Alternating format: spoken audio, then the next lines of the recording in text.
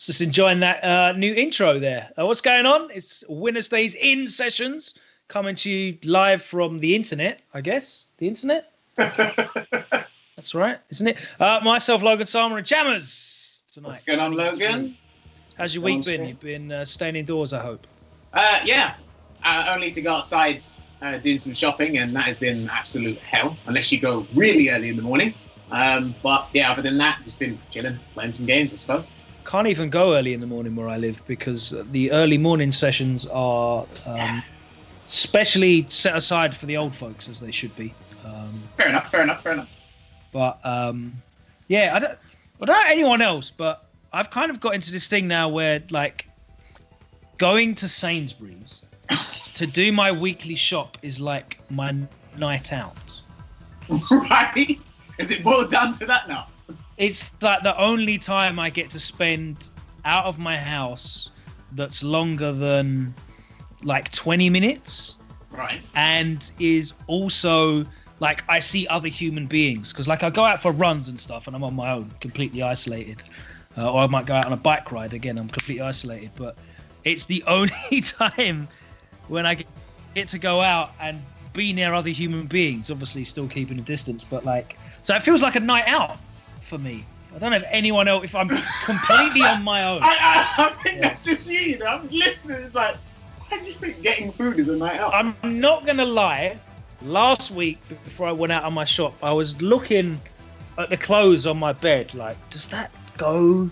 Like, I was picking my outfit to go to Sainsbury's. That's how I know it's starting to get to me now.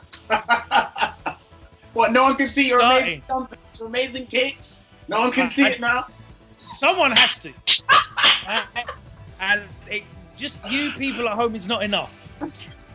So I have to, you know, put the effort on and get dressed up to go and get my milk, bread and tinned goods from these, you know, respected brands, and then try and get a sponsorship from them. I'm not sure you know. But the pending question is, when is Logan going to get sponsored by Mac? All the time. Oh, dearie me. So who we got on the show tonight? We have got...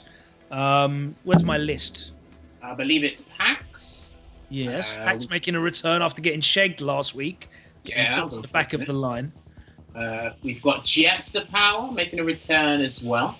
I believe we've got Afii. Now, Afii did come into the lobby one time we did this, but I don't think it got round to him, or someone just didn't let him have a go. It was one of the two. I really want to say it was the former. We should have a new face, actually been streaming on a regular basis. Been getting a couple of views in the French scene. TKR. Yes. Shout out to TKR. Hopefully we've got him in the lobby. We've got Ryan Hart as well returning. It's actually good to see Ryan like just actively playing this game, because I think a lot of people can learn from him, just in general with the player mindset. We've got another new face as well, new appearance from the Scottish scene. Thanks for coming down, for joining us, or staying online. Suleymon, he's going to be here, I believe. Streaming earlier, wasn't he? Was he? Okay, I didn't see that. He was streaming earlier. He should be playing Zeku, right? I believe that's his name. And yes, then, a bit of Zeku. I believe our last guest, another returning face, the Lord himself, he was streaming. I did see it. And obviously the visual platform team, shouts to those guys.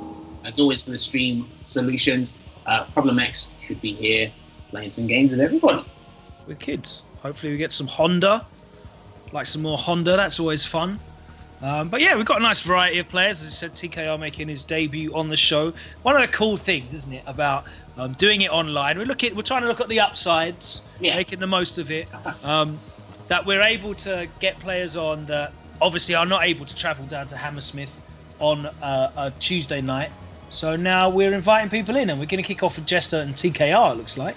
Oh, okay. So these two had a set earlier today, first to 5 or first to 10. I think they were both streaming, but like they said, oh, let's just have a set on both our streams, and then we'll go back to doing our business. But I believe, for as long as we've done Winner Stays In, all the mere 3 weeks, is this the first time we've had a Chun-Li on the show? I think so. Maybe. We've had another Chun-Li. Which is a surprise, right? Because there's, people have been saying that she's really strong.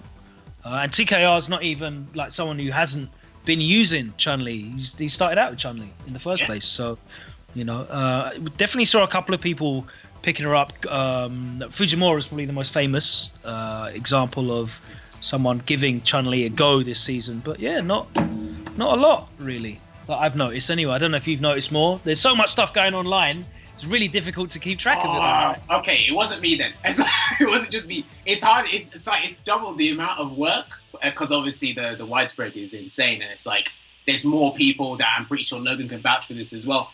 We've got to pay attention to a lot more people now because of the no offline events and everyone's doing online. So that's good, and it's taxing, I suppose. If you want to stay on your A game, it's definitely taxing. I mean, it's difficult because there's nothing centralized. Like you could follow CPT because it was always reported on the news sites, and you had Pro Tour website and the news, and it was all aggregated together. Now that everything's just online and it's all independent tournaments or people streaming and content creation and whatever's going on, it's like the Wild West. Everything's everywhere. So yeah, it's certainly a bit more work. Yeah, it's good. Fast forward mode. There we go. Let's kick it off. So yeah, I'm pretty sure these guys are familiar with each other's playstyles currently because they were playing, as we said earlier today. And this is a matchup I haven't seen forever. There's gonna be a punish on that legs.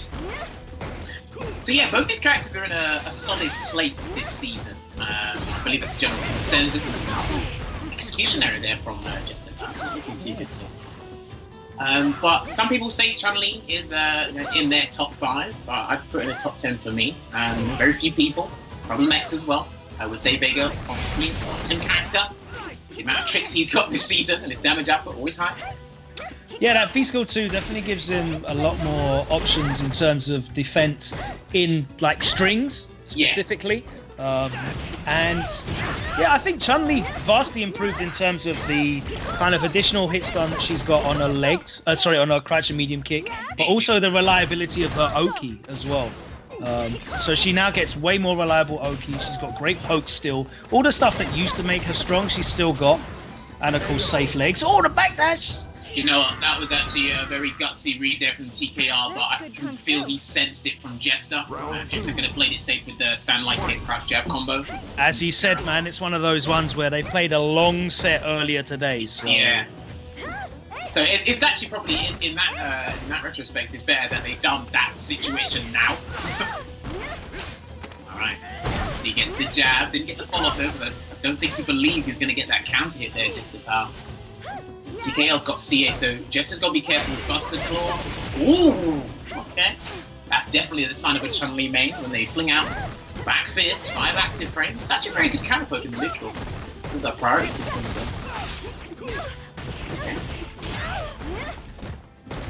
That, unfortunately.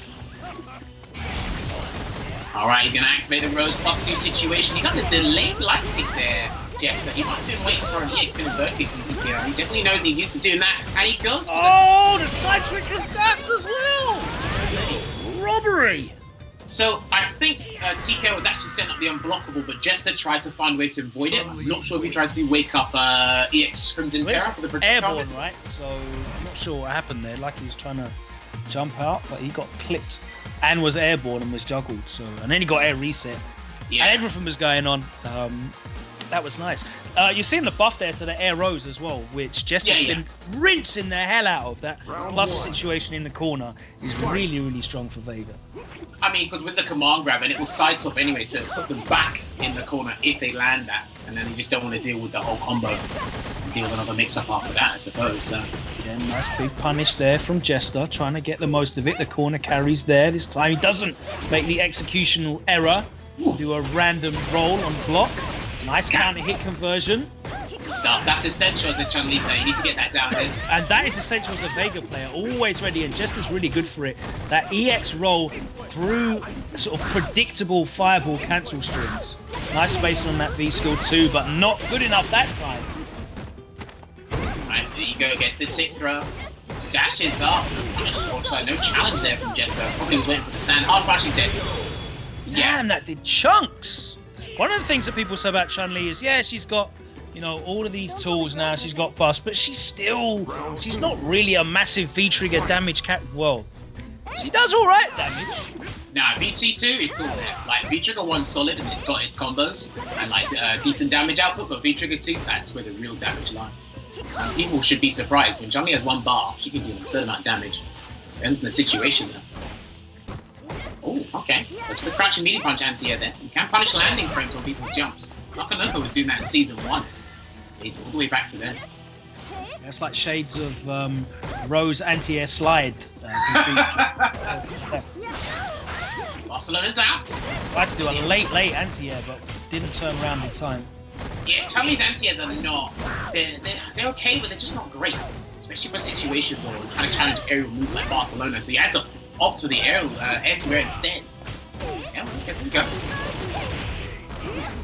Low kick into the corner, walk out there from Jester. Oh, nice. Might as well see it again, so Jester's options are... I'd say it's 50-50, I'd say they're limited, but he's got V-Trigger himself, so he might be looking for a cancel. Yeah, he's poking with that medium. He wants the cancel off that medium punch into the V-Trigger. He's definitely fishing for that. It's getting buffered.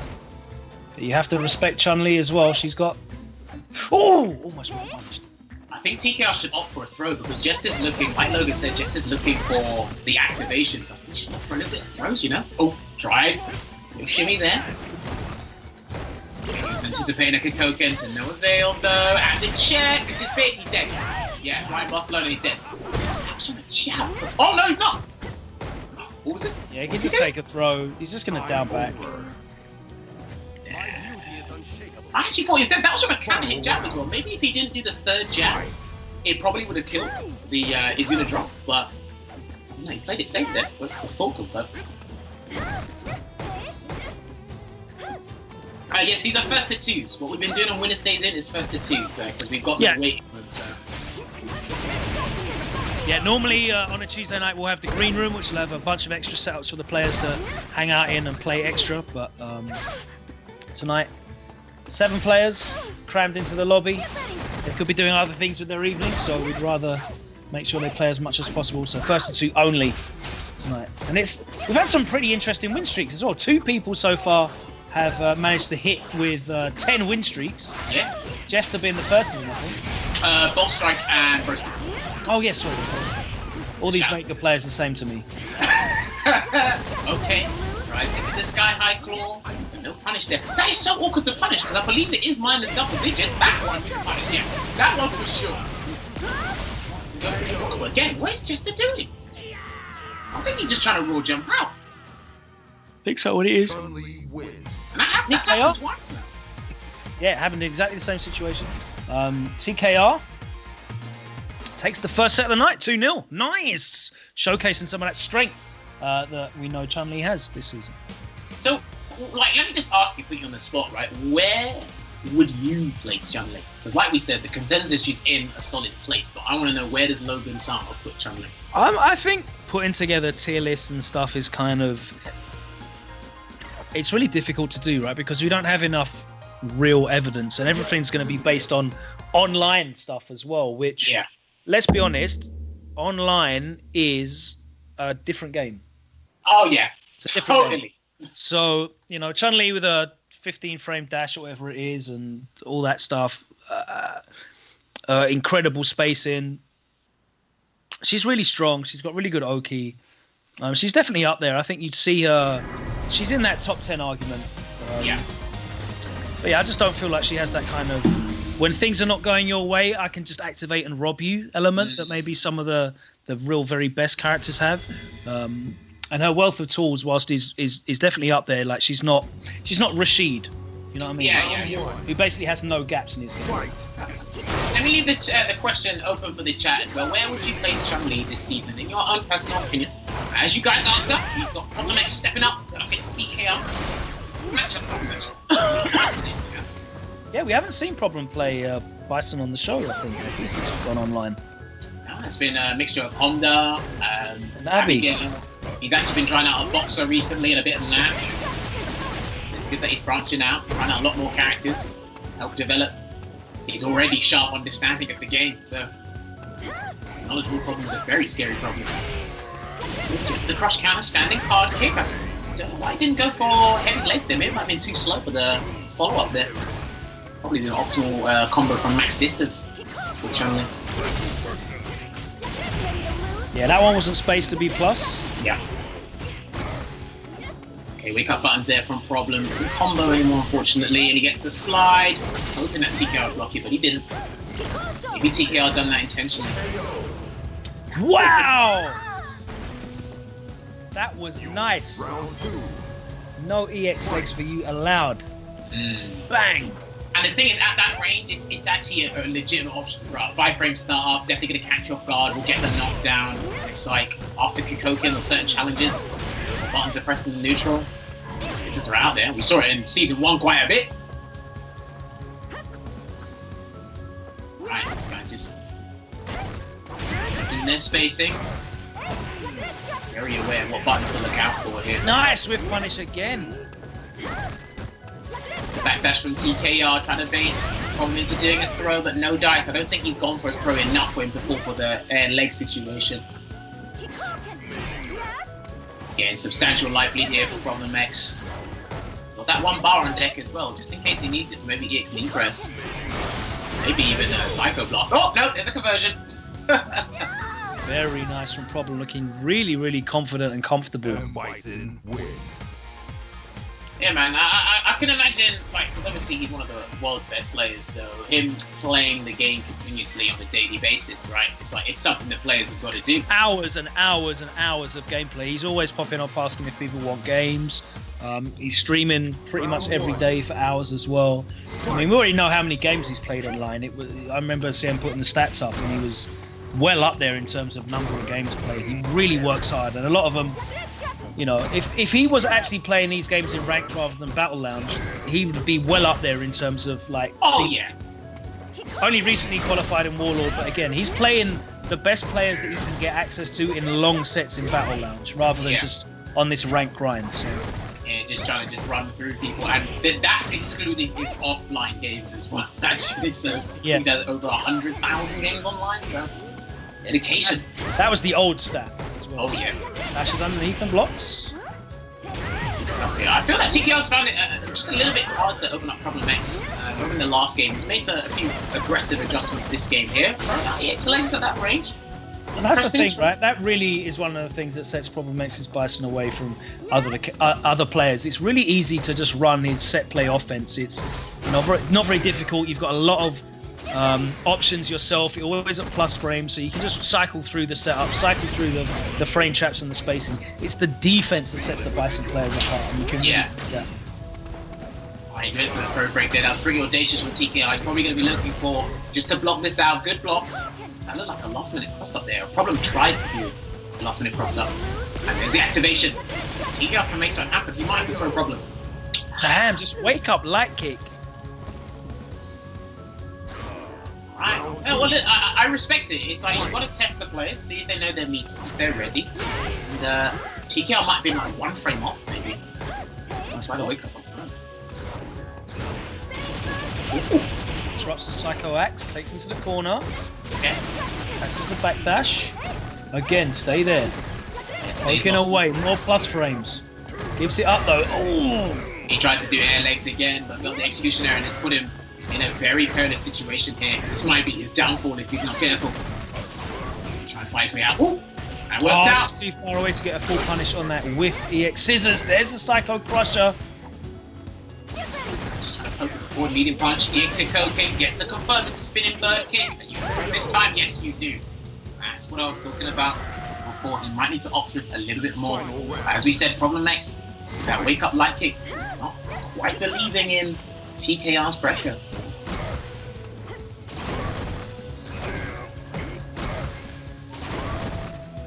Right, knee press, just slowly edge into the corner. And Bison's actually really good at doing that. He kind of has that big body presence when he's pushing you to the corner. Ooh. Gets the meaty confirm, the forward hard kick. There's the pressure here. Let's see how TKR's going to handle this. He's got V reversal available, but I don't think Charlie's V reversal is that. Well, he does it there, but I don't know if it's like really effective against Bison, you know? Oh, jumps just over that Koken. Wake up light and then straight out of the corner. Gets the position in. Nice link. And take the Oki and it's the throw. This comeback is on. Oh, he got the counter hit, but didn't throw it up. A Problem is out with a head press. Reversal wise choice there. Any other view reversal, the slow one, big old grabs. Big damage here for TKR. It's going to be optimal meterless because he has the meter to work with. He's taking 30.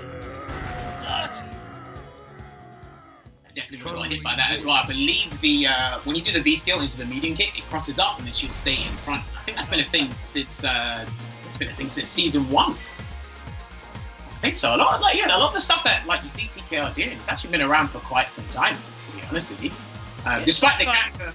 Sometimes those old mix-ups become new again because they just haven't been drawn for it, or you haven't seen them. I know that was the case when people started doing that Mika unblockable that like Man found in like month 1 back in the day. Right, so we're going to go to a final game between these two here. And remember, that, like Logan said before, on WinnerStaysOn before, we've had 2 players come up with a 10-win streak. So we're going to see if someone can top that tonight. And if we do, we're going to have a graphic for them. Ready and waiting. Notice that TKR's been backdashing in pressure a lot, which has meant he's getting air reset, and some of Problem's block strings are getting whiffed. But right now, that's not an issue because he's in the corner with a huge life lead. Right, let's see if Problem can make the comeback. Gets one command grab here. No meter for TKR yet. Yes, still no bar. V reversal. Nice choice there again. Oh no! Oh no, Problem can't cancel. Don't know if he didn't have to charge yet, but didn't come out. He's going to get the punish from that V reversal though. No way. Can't believe TKR threw that away. He had a nice lead there and then just had a little slip up with the crouching medium punch. From next took advantage, I got the full punish, puts himself at match point here. So again, just waiting for that spacing, being careful, be very respectable of Chun-Li's movement and options. Oh, okay. I've never seen that before. Oh, the stun. He's not going to build the bar in time, so let's see what TKR goes for. Oh my god, he died! That was no bar. That was with no bar. Yo, her post-down combos are really fun to do, and they're damaging, man. Especially like you start with the V skill, then go for the triple down beating kick in the air. That's crazy. Okay, goes for the mix-up. Stays in front again. The gimmicks are coming out. He's feeling right now. Obviously, he's had enough of that corner shenanigans and V reversals. Of course, Bison's V reversal hitting both sides. Yeah, I mean, look, that is really beneficial in particular situations, depending on the matchup. He just backs off. Then that Grey Life recover, anti-air stage. Oh, the walk, but no dash. He doesn't go underneath to catch his Problem. He's looking for a cross count. It didn't come. Right, let's see if Problem can make this comeback. He's got full resource in the tank. TKR's got 1 bar. I think he's going to... No, not going to spend it yet. He might need it defensively if he's not careful. And there's the block. Oh, the punish wills it. Oh boy, the command grab. Oh my god. Is he going to do it? Oh! He's going to go in the highlight reel. Oh my god, bang, bang. Oh, I touched my block. Oh no. Oh, and he's just like this. What is wrong with you? Oh, how on earth did he come back from that? TKR blocked it with that punish. Oh my word. I know it's kind of wonky getting a grounded punish on Bison after that CA because a lot of the recovery frames are still floating in the air, right? And there's only, I think it's like single digits when he's on the ground. But even then, man, wow, what a mistake there from TKR. He almost got put in a highlight reel as well with the install, and then he baited out the EX spinning bird kick. TKR saying lucky. Well, he gave you the opportunity, he gave you the chance. You've got to kill this man when you have the opportunity. You can't let these players, these Evo champs, off the hook, right? I think he, like, now that I'm looking or thinking back on it, I think he could have done a raw V skill, which just got the aerial follow-up with the 3 kicks into legs. If he wasn't sure, but look, you and I both know we want those full punishes on those severely punishable moves. He went for it, and then he just flopped, and then after that, it just went downhill. Literally flipped 180. You can jump punish it now. Oh, okay. That negative, yeah? Crikey. Oh, thank you, Packz. According to Packz, you can jump punish it now. Nice. So shout outs to Packz for that. He will be playing momentarily, but we are going to have, I believe, Suleymon has stepped out, and Problem has gone for the Honda pick. All right. So, have you seen this matchup at all before, Logan? Honda versus Zeki? No. No. It's fit. No, I was here. I was in the room. But yeah, I was trying to think if I've seen it. I don't think I have. Here we go. Suleymon making his debut as well. Yeah, good to have him on. He's actually a very competent player. He's actually been growing a lot since I known about him since season 2. And obviously he did make a feature on Gfinity, Team Fnatic, when Gfinity was still around. Shouts to those guys. Production crew. Problem X is just rushing down with this E Honda. No remorse. Everyone's favourite Honda. Loads of respect for this character. I see it all over the place. Everyone loves him.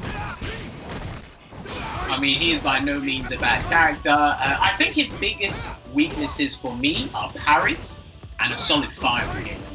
Zeku can kind of zone, but he doesn't really strike as a character that will give Honda a complete nightmare in neutral, you know?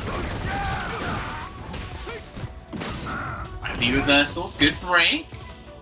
I'm not sure if that was medium headbutt there from Problem, but I'm not sure if young Zeku's in range to get a punch on that. I think Star Medium kicks 8 frames now, or 9. I think it's 7. Let me double check. And that's +1. Let me just double check Zeku's standard medium. It's young Zeku. Standard medium kicks 7. In the meantime, he's dead, so you'll have some time during this animation. It is 7 frames, yeah? Yeah, it's 7 frames. I thought it was 8. Okay. I understand. Duskoy. I mean, this character again, his pressure is annoyingly incessant. You really have to boil it down to something because you have to have quite a bit of patience to allow him to do what he needs to do and then wait. Usually when he has 1 bar as well, because you have to respect his butt slam, because you don't want to get clipped by that. I think he does way too much damage as well. I think he probably just a slight reduction, maybe 20 points with that, but. Shout out to everyone in the stream chat having a great time. Memeing it up.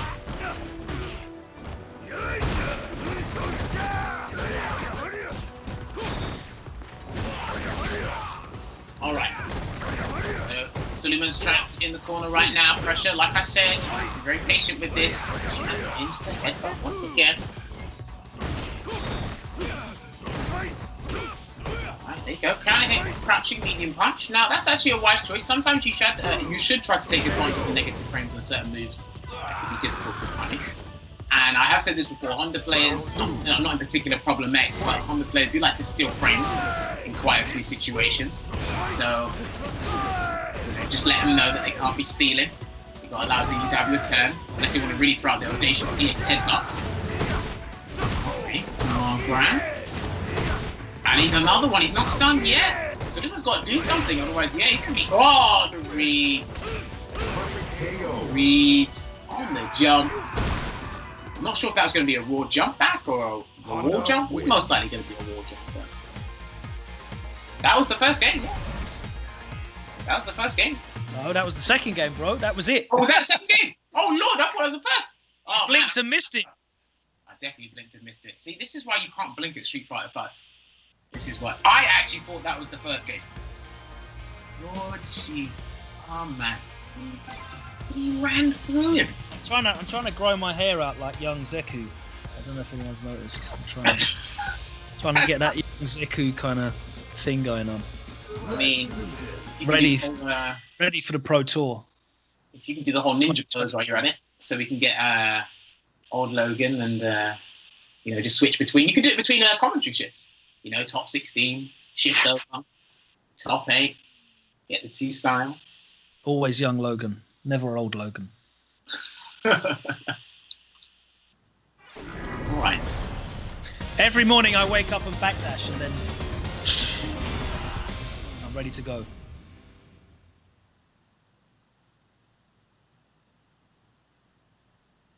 Alright, so this one is going to be fun. Problem X and Packz have a long history of playing each other. Fight. There we go, just to catch up.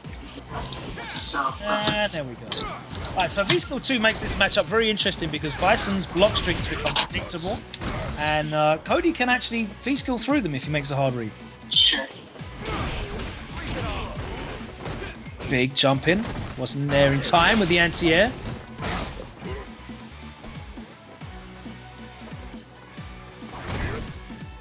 Jammers, do me a favour. Go to this. Go up here. Nice and tentative. Backing off. He's running out of room. That's a sound parameter. That was an interesting sequence. Sound Damaging. Trying to react.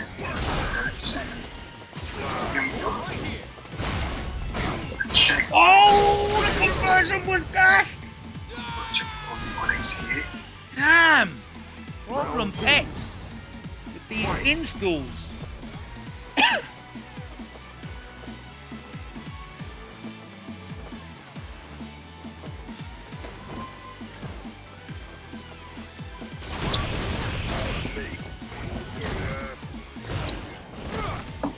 Disrupts the Psycho Axe. Alright, sorry about that. Crouch fierce out. You back with us, Jammers? Yes, I should be. Something happened. I had to run off. Probably wasn't silent, but I'm here. Alright, so we've got Packz on. He is, yeah. Now these two are played by cracked up. I have to put it bluntly. So just talking about the difference that V-Skill 2 makes in this matchup if Bison starts to get predictable. There we go! And he gets a knockdown off of it as well, which is really good. Oh, I think he tried to command grab there, but just delayed it a little bit too much. It's a back throw problem. And that crouch fierce from Cody is actually his pipe buttons are pretty insane. Yeah, the fact that he can start throwing stuff out and cancel it to pipe to make it safe as well is really good. I see them like throwing out sweep more often now. I think there's too many things in this stage of the game that allow you to sweep. Or like just recklessly throw out a sweep and cancel to make it safe, but you know, a lot of people like to do that, so. Oh! Just whisk that he exits in front of him. Counter hit. Catches him on the ground. Not sure what happened there. And Bison wins. Alright. So 1-0 to Problem. He's on a 2-win streak at the moment? Or 3? He's faced TKR, he's faced Suleymon.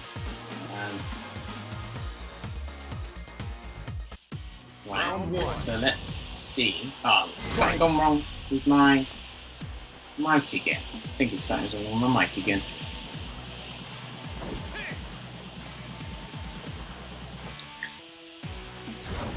See, very, very specific on this spacing. You can see he's just trying to stay outside of the axe range, outside of the max range of that scissors as well. I'm trying to fake him out with withstand fierce. But there is enough recovery on that. Yeah, there is. You just need to be able to reach it.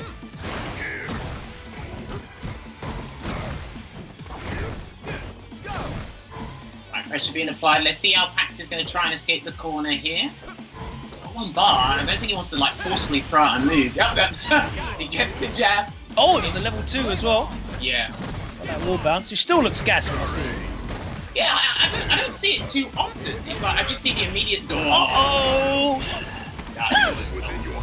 Good anticipation there from Problem.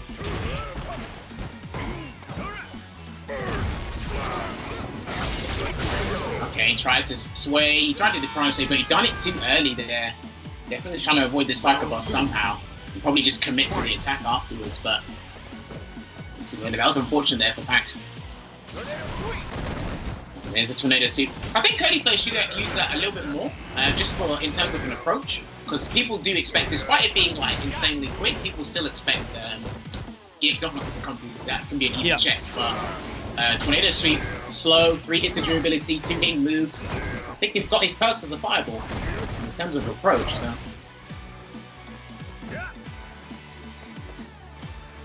Alright, slowly, but surely walking Packz to the corner here, but Packz is very meticulous with his spacing, while both these players are insanely immaculate with their spacing. Alright, there you go, just trying to push it back to the mid-screen, take advantage of the frame advantage he gets off of that situation there.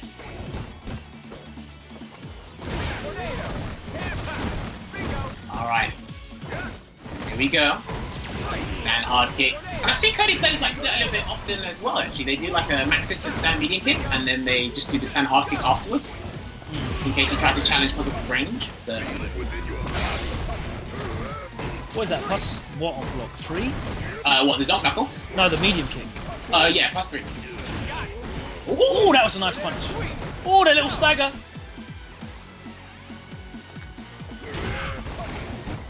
Okay, no cancellation on the slide there. Shit. Oh, he went back in front, but he doesn't get the juggle. He's got the life lead now. That is done. Alright, that's it. Time out there. And Bison wins. And that's going to be Problem X taking another game.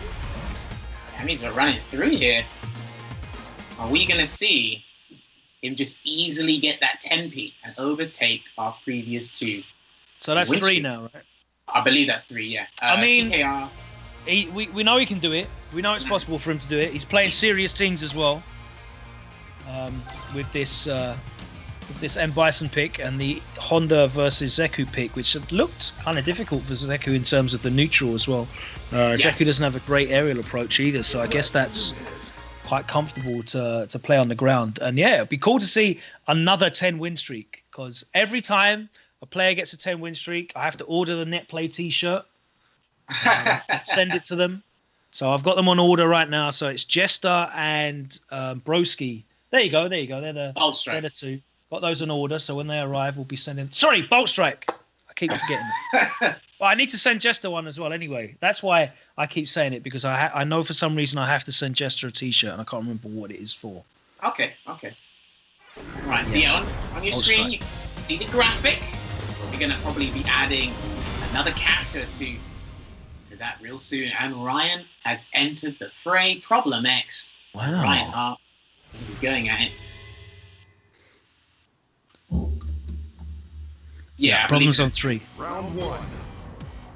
Fight. We're getting the win streaks up. There we go. Look at that. We've got the streaks up.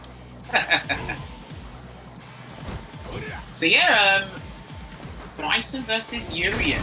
I think my matchup knowledge is actually quite outdated. I haven't actually seen this matchup too often in Season 5. Season 5, not seeing a lot of it, but I know it was very tricky for Bison. Probably had trouble with Nemo and Ryusei last year. Yeah. Crucial points in those tournaments as well. One was in Asia, and the other one was at Capcom UK in the top 8, I believe. And Anti-O the Crouching Fierce. At Evo as well, I think. Did he face Ryusei again at Evo? I'm not sure, I can't remember. I remember seeing, maybe it was CEO. Okay.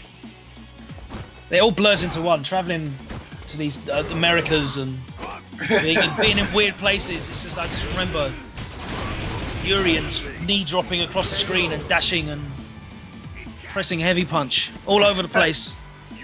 Well, we've kind of spoken about it, right? Because he's on the tip of everybody's lips right now. He's a huge talking point of being a top 5 character. And there's quite a few things that we've mentioned before of the character being... His tools might be stronger than what one may seem because we're all online right now. So it's very difficult to react to. And he's got some pretty fast moves. 7-frame EX tackle, 16-frame dash, EX violent knee drop could be a nightmare to deal with. Nice whiff punish on that stand fierce. That's got him again. So yeah, but like I said before when we were commentating, me and Matt last week, it's the stuff that's happened around Urian that I rate him so highly. That's one of the reasons why I rate him so highly. And again, the whiff punish. The spacing on that from Problem is perfect. He's standing just outside the range of that stand fierce that Ryan wants to go for, just to buffer out. Okay, does he get clipped by the Aegis? No, he doesn't. Get the follow-up there. I'm not sure if Ryan believed that he was going to get it. I'm not sure how Problem was going to react. And the super, yeah, can't change your jump up, can't delay your landing. Going to get hit by this CA, unfortunately. Yeah, it's rare you see Bison use that V trigger as like a time stop, like so many other characters can, right? But yeah, you see him use it there, and the anti-air properties of that CA working really well. As you said, Urian no way to change his jump arc. He was unfortunately just on a descent into doom. Yeah, basically, couldn't have said it better myself, Logan. Yeah, and there's one thing you got to remember when playing Street Fighter 5, especially when you got your V-Trigger ready to activate for any player watching. It's incredibly easy to get the time freeze and your full anti-air conversion, whether it be CA or full combo, against characters that cannot change their jump up or delay their landing. I mean, like, mate, that is just a gift from the gods. Alright, so it's 1-0 to Problem X right now. The conversion off the jab, can hit the Psycho Inferno. Ryan's starting to neutral jump a little bit more now. It's probably just neutral jumping to... Yeah, he's neutral jumping quite often at that maximum range just to see if any scissors come out. Yeah. Oh, he's going to stun Problem here. Right. Is he going to go for headbutt loops? Yeah, it looks like he's going to... Oh! Online tings. Slight miscalculation on the spacing, and that might lead to his downfall if he didn't do EX Dangerous headbutt. And he cashes out with the 2 bars, so no highlight reel moment from Ryan with the headbutt loops in the corner off the stun, but he managed to close it out anyway. A little bit more expensive than he was hoping. Yeah, wanted to keep the momentum, make sure Problem doesn't try to make the comeback there, but it's risky either way because Problem could anticipate it. He didn't that time round. That's the grab. There we go. Oh, nice backdash there from Ryan. I'm not sure if he anticipated the knee press, but nevertheless he avoided it. Sure, we think that we'll punish that. Here we go, just throwing out Metallic Sphere. He does have to be slightly careful though, because I'm not sure if Problem stored the VC. No, he hasn't, so. Urien looks gassed in this costume, in this colour, when he's got V-Skill 1 on. He looks gassed. Just in case, the whole bunch missed. And I like that. I actually like that. Ryan. Oh, the auto-correct EX headbutt. Yo! Win. Nice. You know, the times I think he's only used the Dangerous Headbutt twice. And the times he's used it, they've won him the round. So, yeah, how about that for a lesson in, you know, reversal saving you at a crucial time. But again, it's a double-edged sword.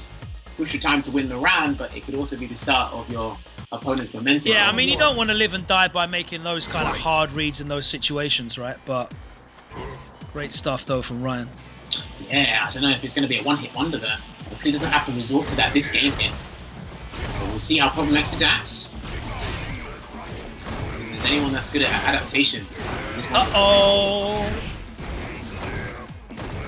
Into Psycho Axe, and the pressure's still being applied here. How's Ryan going to try and get out? He's jumping back in the corner. Just literally waiting for that Psycho Axe to come from Problem, maybe even knee press.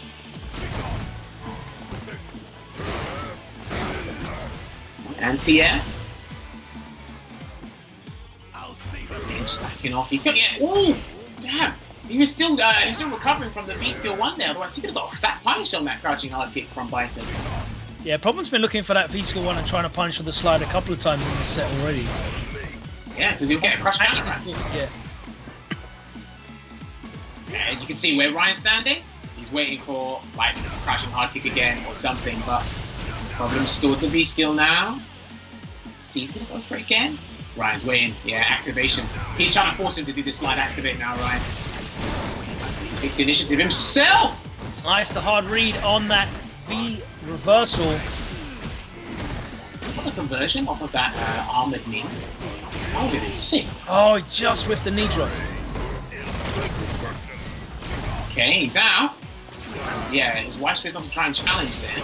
Probably could have done EX Chariot, but actually no, you can just charge, didn't you? So, but don't listen to me. Waiting for that. Fireball traps. Hey man, I love them. I love fireball traps in any sort of fighting game. One of the best things. No. Can Bison use V-Skill 1 against Urian's fireballs when he uses V-Skill 2? I think... Because I don't know the answer to that. The chat can tell me. I don't think he can, you know? Because I know he can't use it against EX moves. Yeah, that's a good question. It is a multiple hitting fireball, Check so I guess if you like put it in that consideration, I don't think he can. He cannot. Thank you, chat, for confirming that to me. Got to ask these questions. Don't want to say things incorrectly. Yeah. I mean, look, if we don't see this matchup, then we don't really know. down. So. All right. So problems what? A decent life lead to work with. Oh, just missed. Oh, that's a wasted V-Trigger 1 there. I don't know how Ryan's going to make up for this. He's still got a pick off. Yeah. Problem makes has got a big life lead. That's unfortunate. Ryan's gone for the Aegis punish on a couple of things. He tried to catch a dash earlier on. They've all been just a little bit off, just a little bit short or out of range or misspaced. But the ideas have been there. The practice maybe not so much, and that's kind of showing you like how Ryan's just basically where Ryan is at the moment, right? His brain, his ideas, his creativity is always going to be there. He's a super creative player. On 10 seconds, can hit confirm here, and I don't think he's going to check that grab, just try and escape. That makes us the win anyway. But yeah, just the time. But obviously now he's playing a little bit more. We're all stuck indoors. He has the time, and we're starting to see this Urian come on. Okay, Problem a good game. Yeah. Problem a good game, good match there. But Problem advances, and he's 4. That's 4 on the streak now, right? Yeah, I believe so. So sooner or later, it's no longer going to be close but no cigar, Ryan, to guaranteed results. Because like Logan said, the intent's there, just lacking execution, or in our case, just lacking a little bit of spacing. And then when he gets that on point... Yeah, it was just a little bit off, but the idea was perfect, so interesting to see. Get to the back of the line, please. Oh, we've got Jester back again. Challenging. I think Afii's going to be popping in a little bit later on tonight as well. Is that right? I believe so. He was on the list of players, so I'm actually surprised he hasn't joined us throughout those matches we had, the ones that we had there. So, yeah, guys, thank you very much for tuning in to another episode of Winner Stays In. Hopefully you guys have been enjoying the content that we've been providing for this quarantine time, these tough times out here. And at the end of the day, we just want to enjoy some Street Fighter, play some game, just see some high-level GGs. Any Shotos get played here? No. No. We do not have any Shoto users in this lobby. Well, no, none. Yeah, I don't think so. Maybe as a pocket for 1 or 2 of the players, but... Unless one of the twins jump on and take their turn. I mean, do you really want to see Richard's Ryu right now? Definitely not. Oh, man. The main event! Alright, so Honda has returned. Honda versus Vega. I really want to say this matchup was fairly even, you know, but this is again one of those matchups where you see the characters like playing numerous other matchups, but you just never see them battling each other. So I look like I'm gonna have to write like just matchup notes on all these matchups that we seldom see in the tournaments, you know, because we're gonna see a lot more of these lesser known matchups stay a bit in the next coming weeks, months. Oh wow, just made it to get over that stand fierce. Very interesting. Yeah, Vega's jumping light kick is really good. A really good hitbox. I need to double check what the hitbox looks like on it. There's a really good jumping button for him. Despite having good jumping buttons with his heavies, hard kick and heavy punch anyway. Forward grab. Oh, that literally connected on like the last active frame or something. Forwards. I'm not sure what the best option is for... Oh, he's dead. Okay, clearly not. I'm not sure what the best option is for Vega to challenge the headbutt. You know, I don't know if he wanted to risk the V skill too, or obviously Jester opted for the jump. So... Round 2. Alright. Let's go to the round 2 right now. Buster Claw right off the bat. Okay. That's an interesting choice, man. Nice second Buster Claw. The slide into the light Aurora edge, good tech there from Problem. Just in full control at the moment. Oh, catches in front, big damage. What's the stun situation? Tried to tech, but right. Just put himself in the corner, and he is bleeding out right now. This is actually a very bad spot against Honda, to be fair. Oh, that's nice time on the jump back. Nice challenge there. A nice interruption. Using the V-Trigger 1 headbutt to stop the EX Aurora edge. Go. I like when Jester mixes up the flying Barcelona, the wall jump, and just jumping backwards in the corner. You really got to be elusive with this character. Make sure you don't get too predictable in your neutral and in your escape. He's got that V trigger there. So if he can catch him with something, that medium punch is a really good really good option for that, buffering. And he was going to see him space that out perfectly. And just flick that out. It's going to be buffering V trigger behind it as well. Oh, do you know what? I was literally Oh man, can he kill? I don't think he can. He's not going to build the bar in time, but he's going to get a situation. Oath situation. Okay, he respected the critical arc because it was going to kill him. That's when you've got to be really respectful. Last, what are you doing? Don't you back there, she's dead. Oh, Honda. You know, I think like it's similar to Poison. Slam. Yeah, I think similar to Poison's EX mid heart rate, the +2 situation. I kind of see EX butt slam in front the same way. The less health you have, the more scary it can be. Because you're not sure if he's going to do like a micro walk, like command grab, because his throw range is actually incredible, right? Or you don't know if he's going to just stay locked into the hands, make sure you can backdash. You don't know what he's going to do, but Vader does have incredible forward and backward walk speed, so I'm not sure why Jester just didn't walk back. You know? Oh, no whiff punish on the light headbutt. Probably was expecting it to connect, but if you are prepared and know the spacing. I have to say, on a completely unrelated and not really commentary point, I miss Problem X playing Honda in the suit. Okay, I mean, I like the suit. Pretty sure you're gonna ask him to do so afterwards.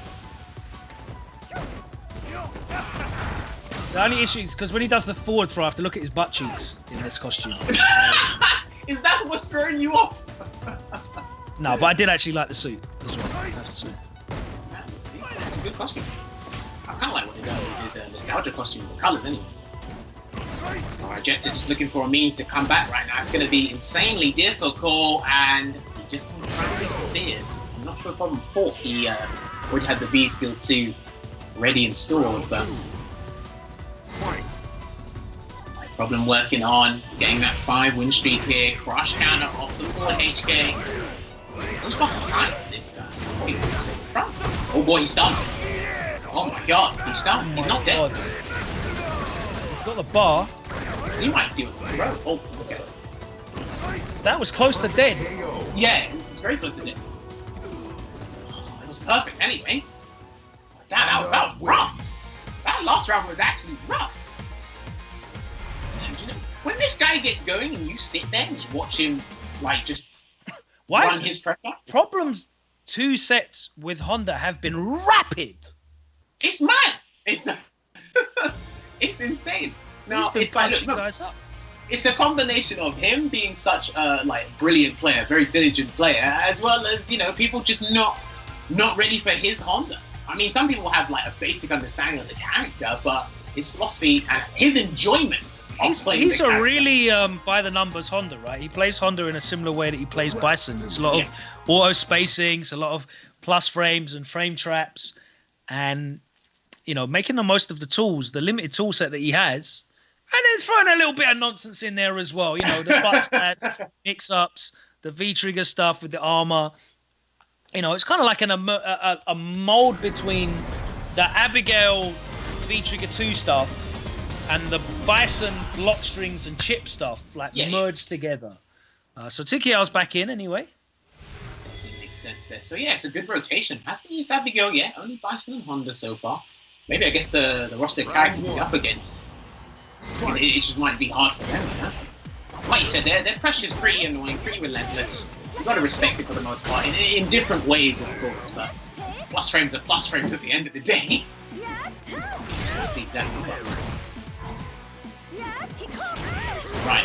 Oh, good clean jump over the Michael Coke in there. And TKR finds himself in the corner. Problem backing off because he's got that big life lead. Yeah, you don't want to overextend, and you don't want to really... Another, exactly the same thing. Jumps in. There's 2 jump-ins, 2 jump-ins and 3 straight hits.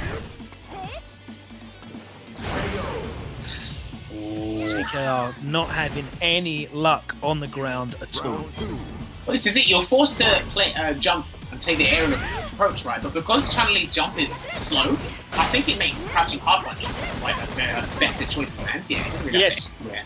So. Super floaty. Yeah. And the fact that she's got the air legs doesn't really make any difference either. It's still getting anti-air by that crouches.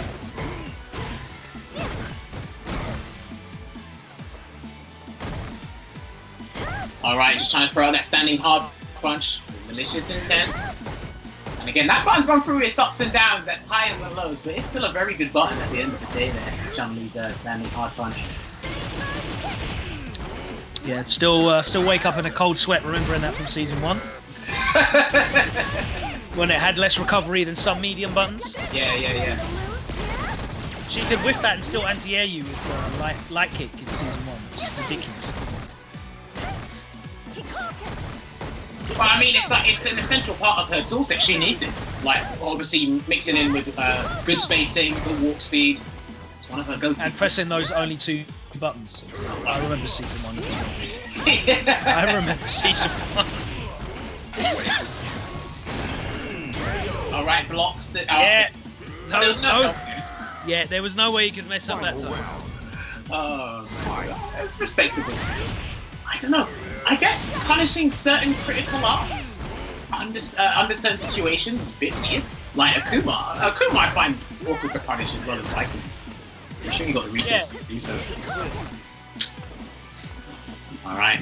Let's see what he's got here. Knee press, back to the mid-screen, back dashes. Interesting.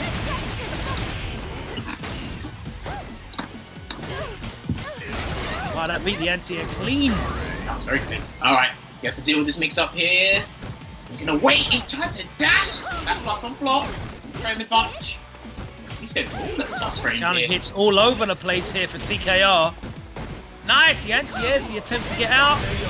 And he links the EX legs after and takes the first game. After the first round was super dominant for Problem. TKR comes back. Takes the first game. Is he going to get Problem X off?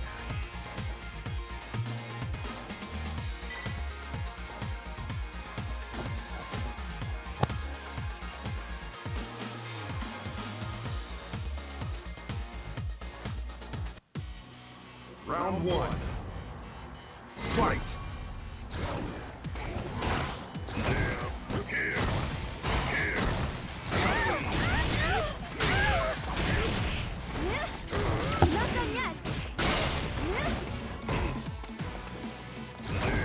Alright, we've got some more technicals going on, which means you've just got me.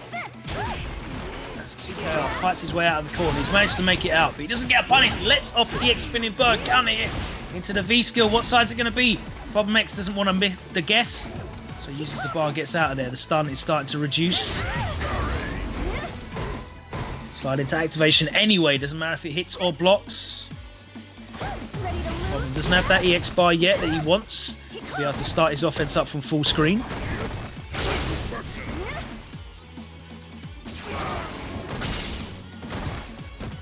Sorry about that. Once again. In back. What did I miss? Problem X used the EX head stomp to try and get out of the V-skill mix-up in the corner. Okay, well that's got its striking projectile invincible from frame 1, right? I think it's legit in a lot of like frame 3 or something. Hold on, let me check. I'm pretty sure it's frame 1. I could be completely wrong. EX head press, right? I can't remember, there's a gap somewhere. EX head press. Projectile invincible from frame 1. Okay. I think it's hit and projectile invincible from frame 3. There you go. Alright, so that makes a little bit more sense. Okay. Right. Gets the command grab. And oh, challenge there with the crouching, like hit the 3 frame. Alright. So he's going to be trapped in the corner right now. Yeah, the sound quality's banging now. Shout out to Mark. Okay. Remote service. Remote service. Damn, it's set point for TKR. Damn, wait, is the 5 win streak? Is the 5 win streak about to be ended? Yeah, and look, you know TKR's the momentum-based players, right? So when he's on the momentum, last game, last round, and he knows the victory's in his face! believe he does stuff like that. TKR. Oh my god. This guy is absolute quality. But Problem X making that comeback here in that throw. And he's just following behind the Psycho Blast. Gets hit. Try to get that airborne juggle.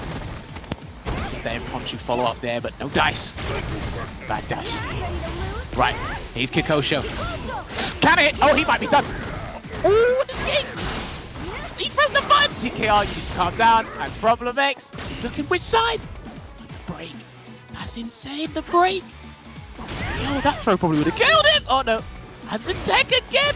Nah, you're insane. Oh, my God. You're insane. Oh, man. Shout outs to TKR.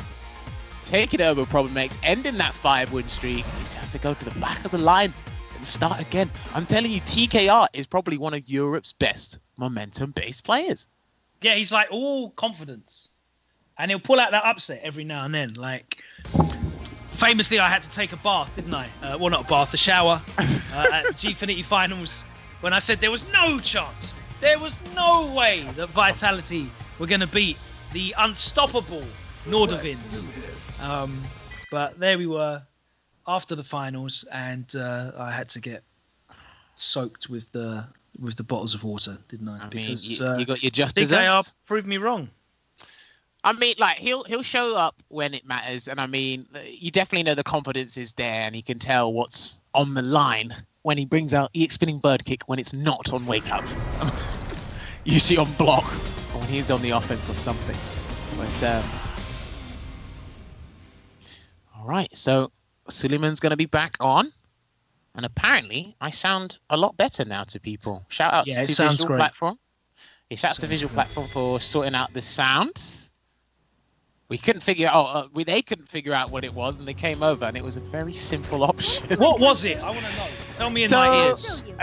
Apparently, there was. Obviously, I'm talking through a Sennheiser headset, right? So they got me to put the setting on before we started to make sure that it comes out of the small mix of the Sennheiser. But there was a second setting that had the microphone using the inbuilt laptop microphone, and that's what you guys could hear. Ah. So when he found it, he just said, "Oh my god, it was that." So it wasn't outputting the Sennheiser; it was actually outputting the crappy laptop microphone. Yeah, one of the settings did, which is why you could probably vaguely hear me, and then the other one you couldn't hear me clear enough. So he found the setting in the end.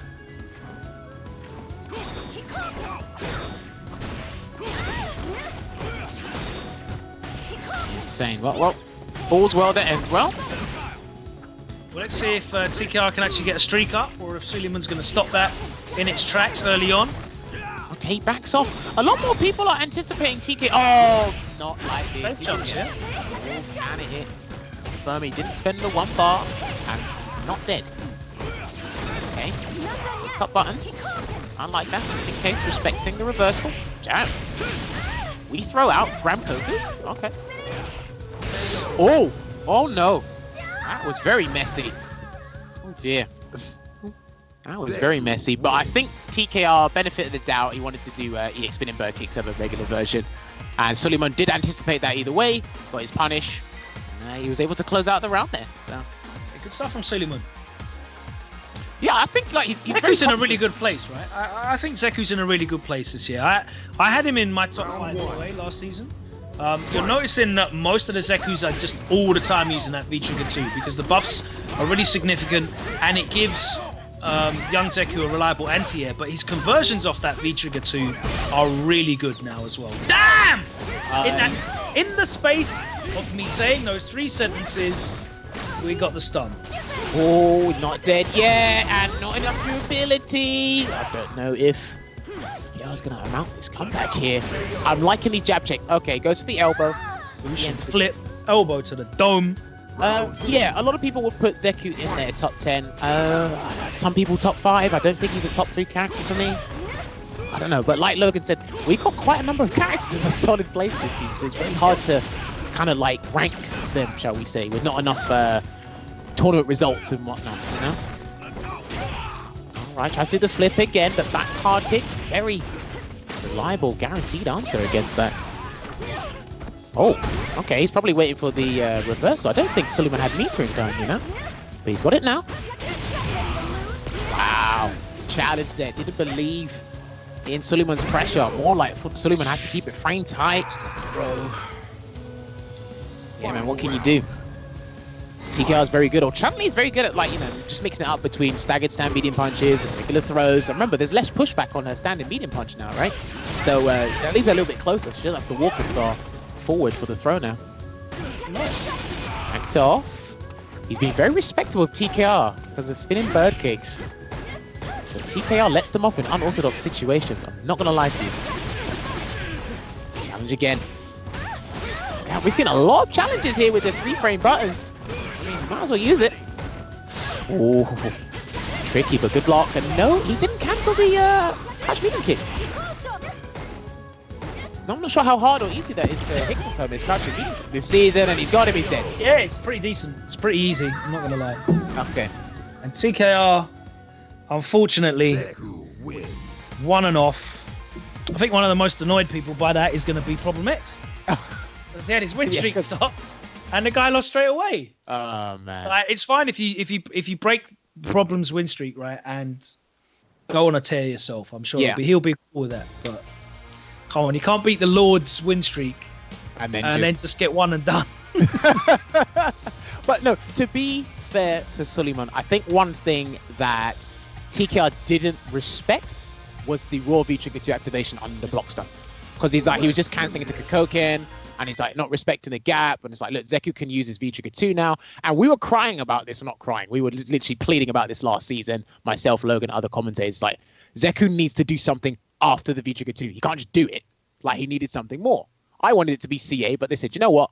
We'll let him spend a bar for both forms. And boy, has that worked out.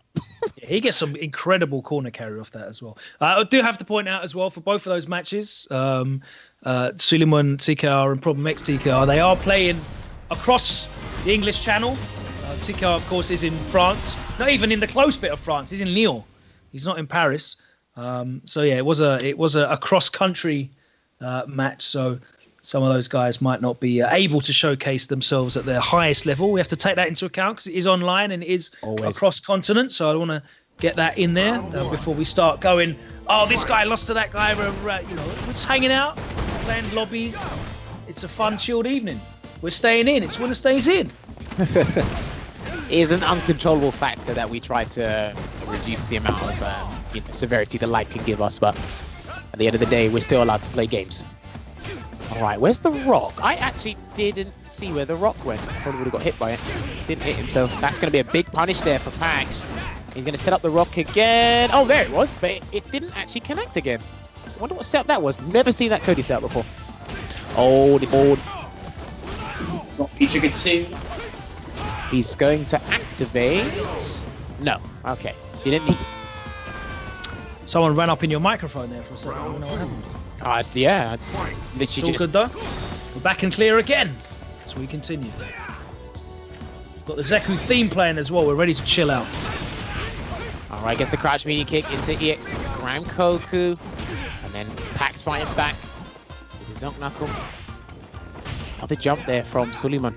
I think he can just stay on the ground for a little while longer though, and just assess what Packz is doing on the ground. I don't think he's been completely outplayed.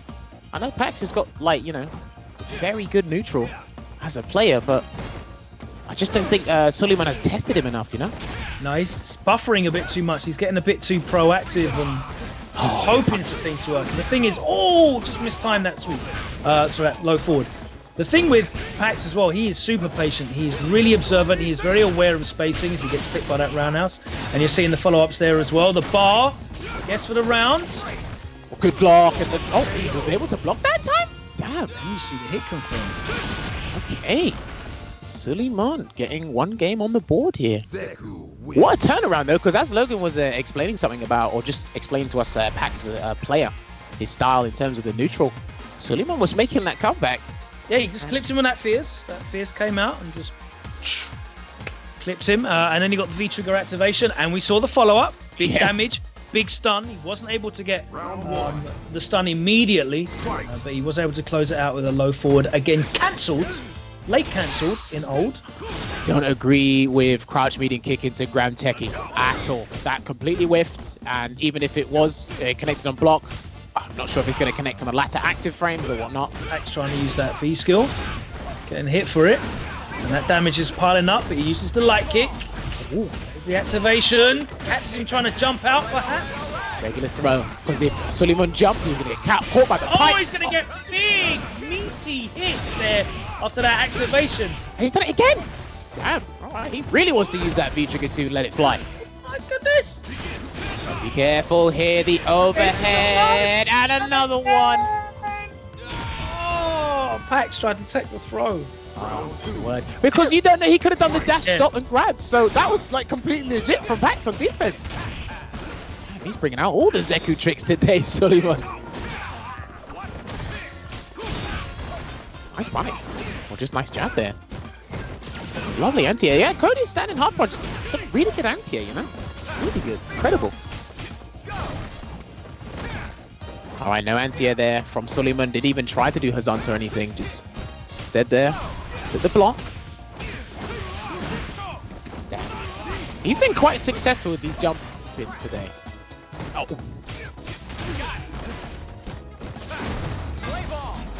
Alright, activates. What's the guess gonna be?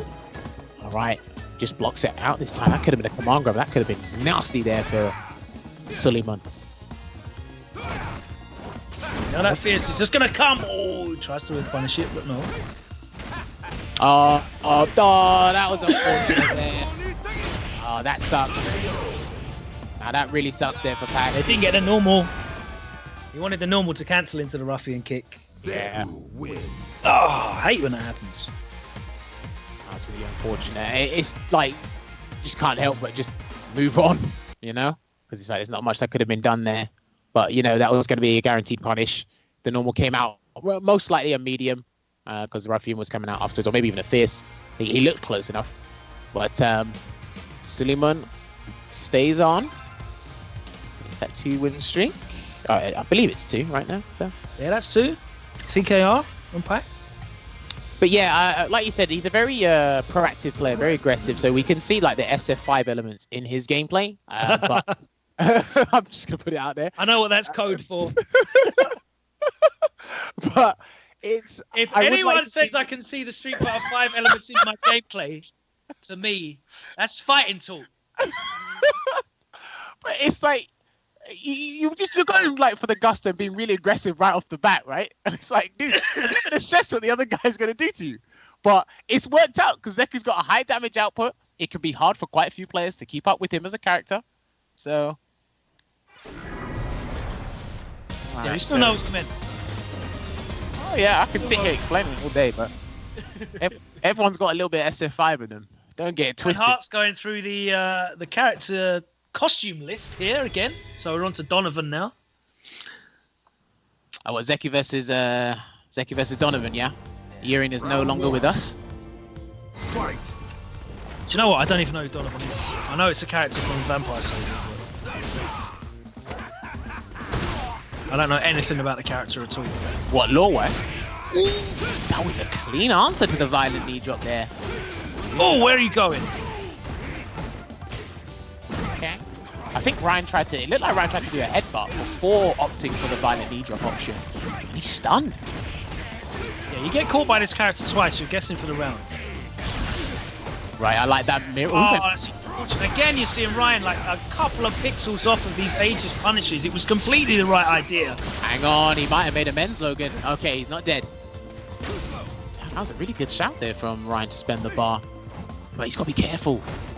Zeku's got 2 bars here. V-Trigger's ran out. Yeah. None of that from Ryan.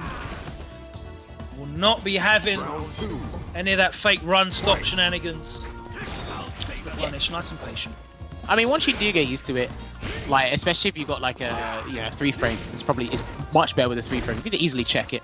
But oh, okay.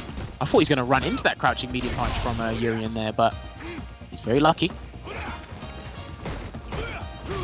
Good block on the crossar.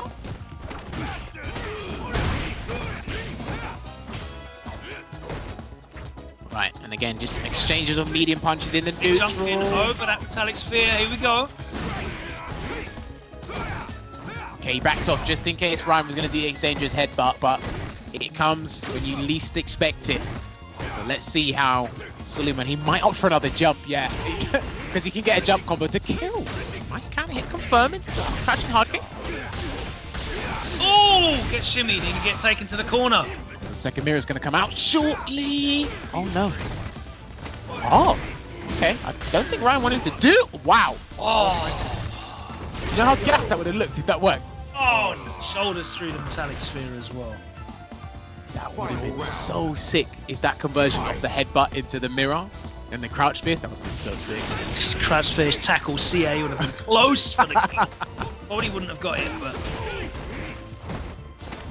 Okay, delayed crouching medium punches right now. Definitely see out. Nice anti-air. Oh my word, Zonto on the knee. Ryan again. So on point with his reads on that EX headbutt. Do you know what? Oh, yeah, the mental threat of the EX dangerous headbutt definitely got Suleymon thinking twice and allowed Ryan to play in a couple of situations here. Backs away from the throw. This is big. Damn. Capitalize on it fully. He will now though. CA, he's done. I think he's done. That was a counter hit, so. He's still alive, I reckon. Yeah. Yeah, okay. No hit, right. Logan got the call. Oh, is he done? Oh, he did it! I'm never sure about the range of it. I know it Neither am I. I know it's an easy link as well, but I'm never... Hang on. What's happened? Lag. Yeah, do you know what? Just bouncing off what Logan said there. I was unsure if that was going to whiff. Yeah, because I've seen it with. I've definitely seen it with. So... Yeah, maybe because he was already in the corner, there was nowhere to push him. The reason why I said that CA wasn't gonna kill as well, I've been doing a lot of like trying to look at the point on the stun bar, because the last 4 seasons I've been really good with guessing whether is it gonna kill. Because there's a point on the stun bar with 1,000 health characters where if you get hit by a CA, it pretty much always kills. Yeah, and Zeku But now doesn't. I've got this extra health.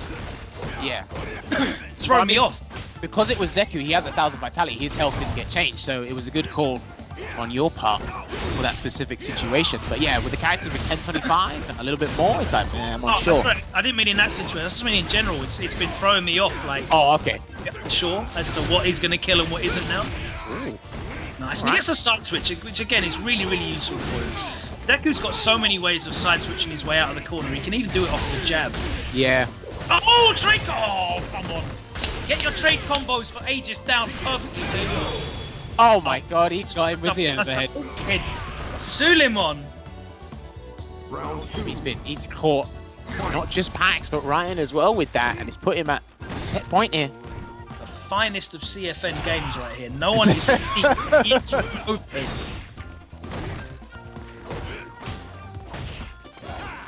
Look forward, avoids the coral kick.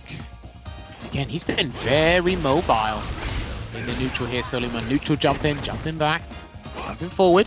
But one thing he's been very good at is his conversions. Counter hit and regular. He's gonna get side swap again here. Let's see how he takes advantage and just let Ryan escape. He's probably trying to do a delayed button just in case of dangerous headbutt. Ryan knew that as well. And this is it. This is part of the meta now for Street Fighter. Always has been for Street Fighter 5. Just use that invincible reversal just as a threat to allow you to wake up with another option. One that's deemed more unorthodox. Because you wouldn't normally see Yuri wake up with violent knee drop to get out of the corner. But we're still on match point here for Suleymon. Just very cognizant in the neutral. I'm not sure what we tried to do there, but got a conversion. Crouch fist. He's stunned. Yeah, he's stunned. Oh, commentator's curse. And is he gonna rue that decision? Good block. Good point. Laser pad. I don't know. Oh my god. Is he? No. Is he gonna He land can't do it. Yeah, he can't do it. Oh man, that was so sick. Oh, Ryan with the coral punch cancel into the chariot tackle CA. Man, Save that one and take the second game 1-1. That was actually nuts there. Lovely stuff there from Ryan Hart. I mean, when he's got critical art, you gotta watch out, because it's like, Ryan, how are you gonna cancel the critical art today? Because I've seen something, man.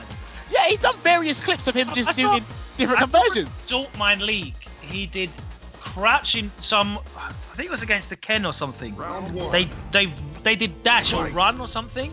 He did crouching medium hit, counter hit, and then linked CA afterwards. That only works on counter hit as well. Definitely knows his counter hit confirms into the critical art there, Ryan. Like, why are you even looking for that in neutral? Counter hit, medium kick, link into CA. It's what separates the men from the boys, Logan. That's why me and you are commentating, not playing. Alright, Suleiman's not having it at all. Very good round. Can he get this stuff? A read, he can. Is he dead? He's done? Oh my god. Oh. One time Ryan is off with his waking up EX. But that time didn't work for him. Right, he's looking for that crush counter, crouching fist. He might have clocked onto something about Ryan's gameplay in the neutral here, Suleiman. Hence why he's throwing out that button. There's the anti-air from Ryan.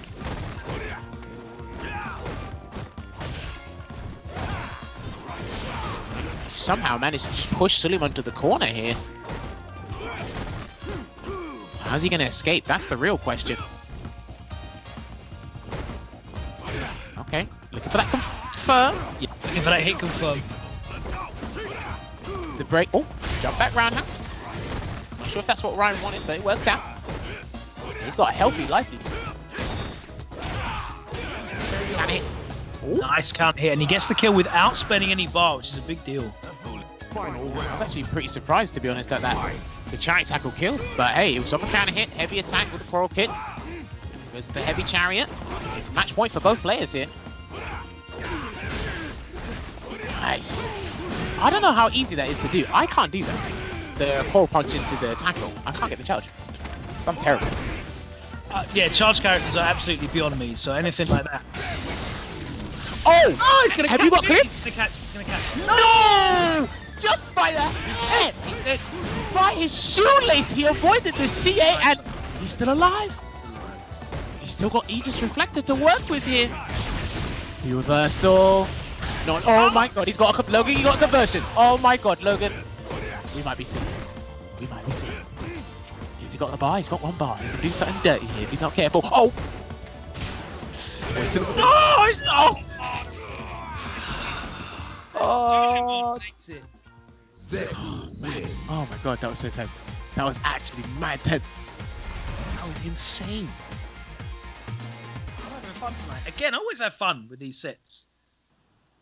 I don't know how fun it's going to be like for these guys if they have to actually do like real competitive games online, but it's really fun playing these lobbies. I mean, like you said, we're trying to expand and get more players from around Europe to come on the show that we can't normally get down in London. And look, it's like everyone has a very good understanding of the game right now. If you're a competent player or you've been following... Come on, hurry up, mate. if you've been following Street Fighter from season 1 all the way until now, you'll understand how the game's been changing. You've been following it, so it's good to see what people's understanding and perception is now, and how they've fleshed out their characters, whether it's their main, their secondary. It's really good to see that stuff. Unless you're a G player, I don't like seeing that at all. I just want to throw that out there. I don't mind watching G. Watching G's fine. It's great. Now, has Afii joined us yet? Yeah, he's a couple of behind. So we've got, who've we got now? Jester stepping up now. I think then after that, it wasn't TKR.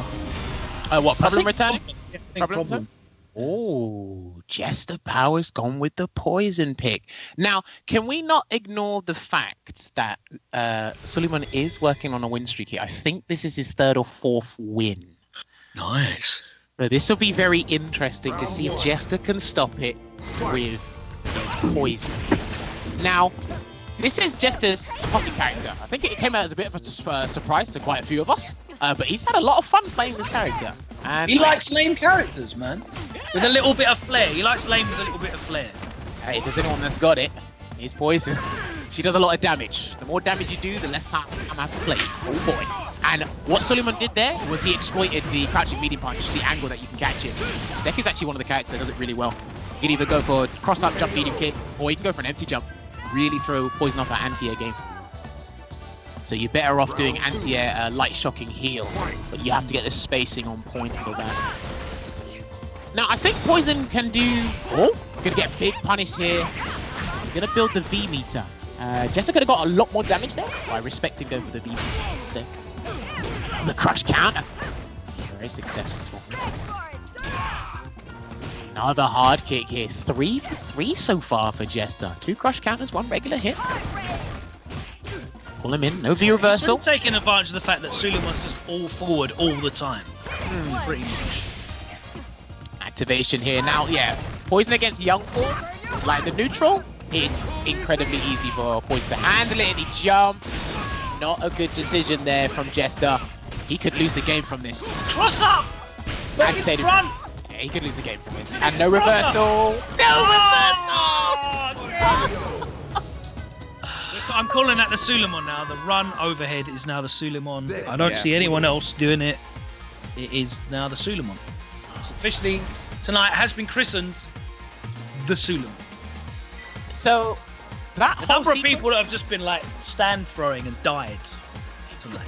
We've said this before, Logan. It's like he could dash, stop, and grab you, and you're more likely to get that instead of the overhead. So Suleymon just bringing out for maybe for tonight's show. He might not ever do it again after this show.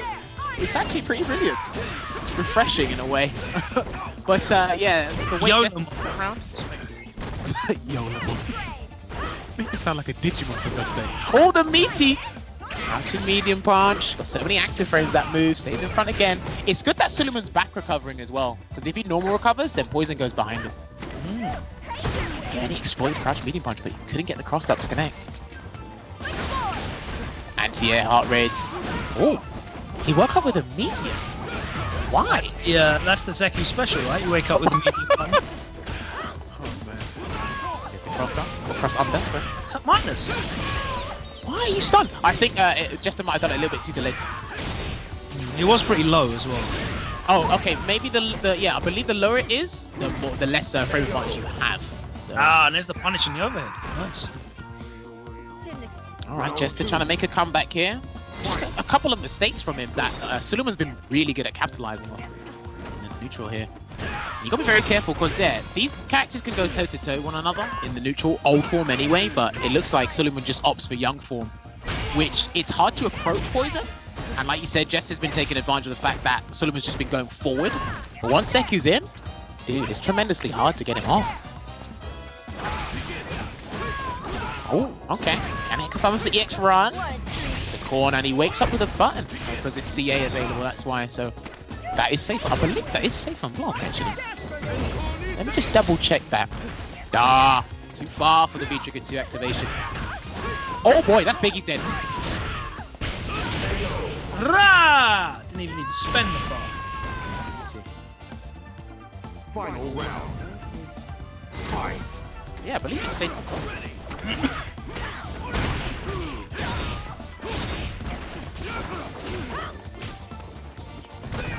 All right.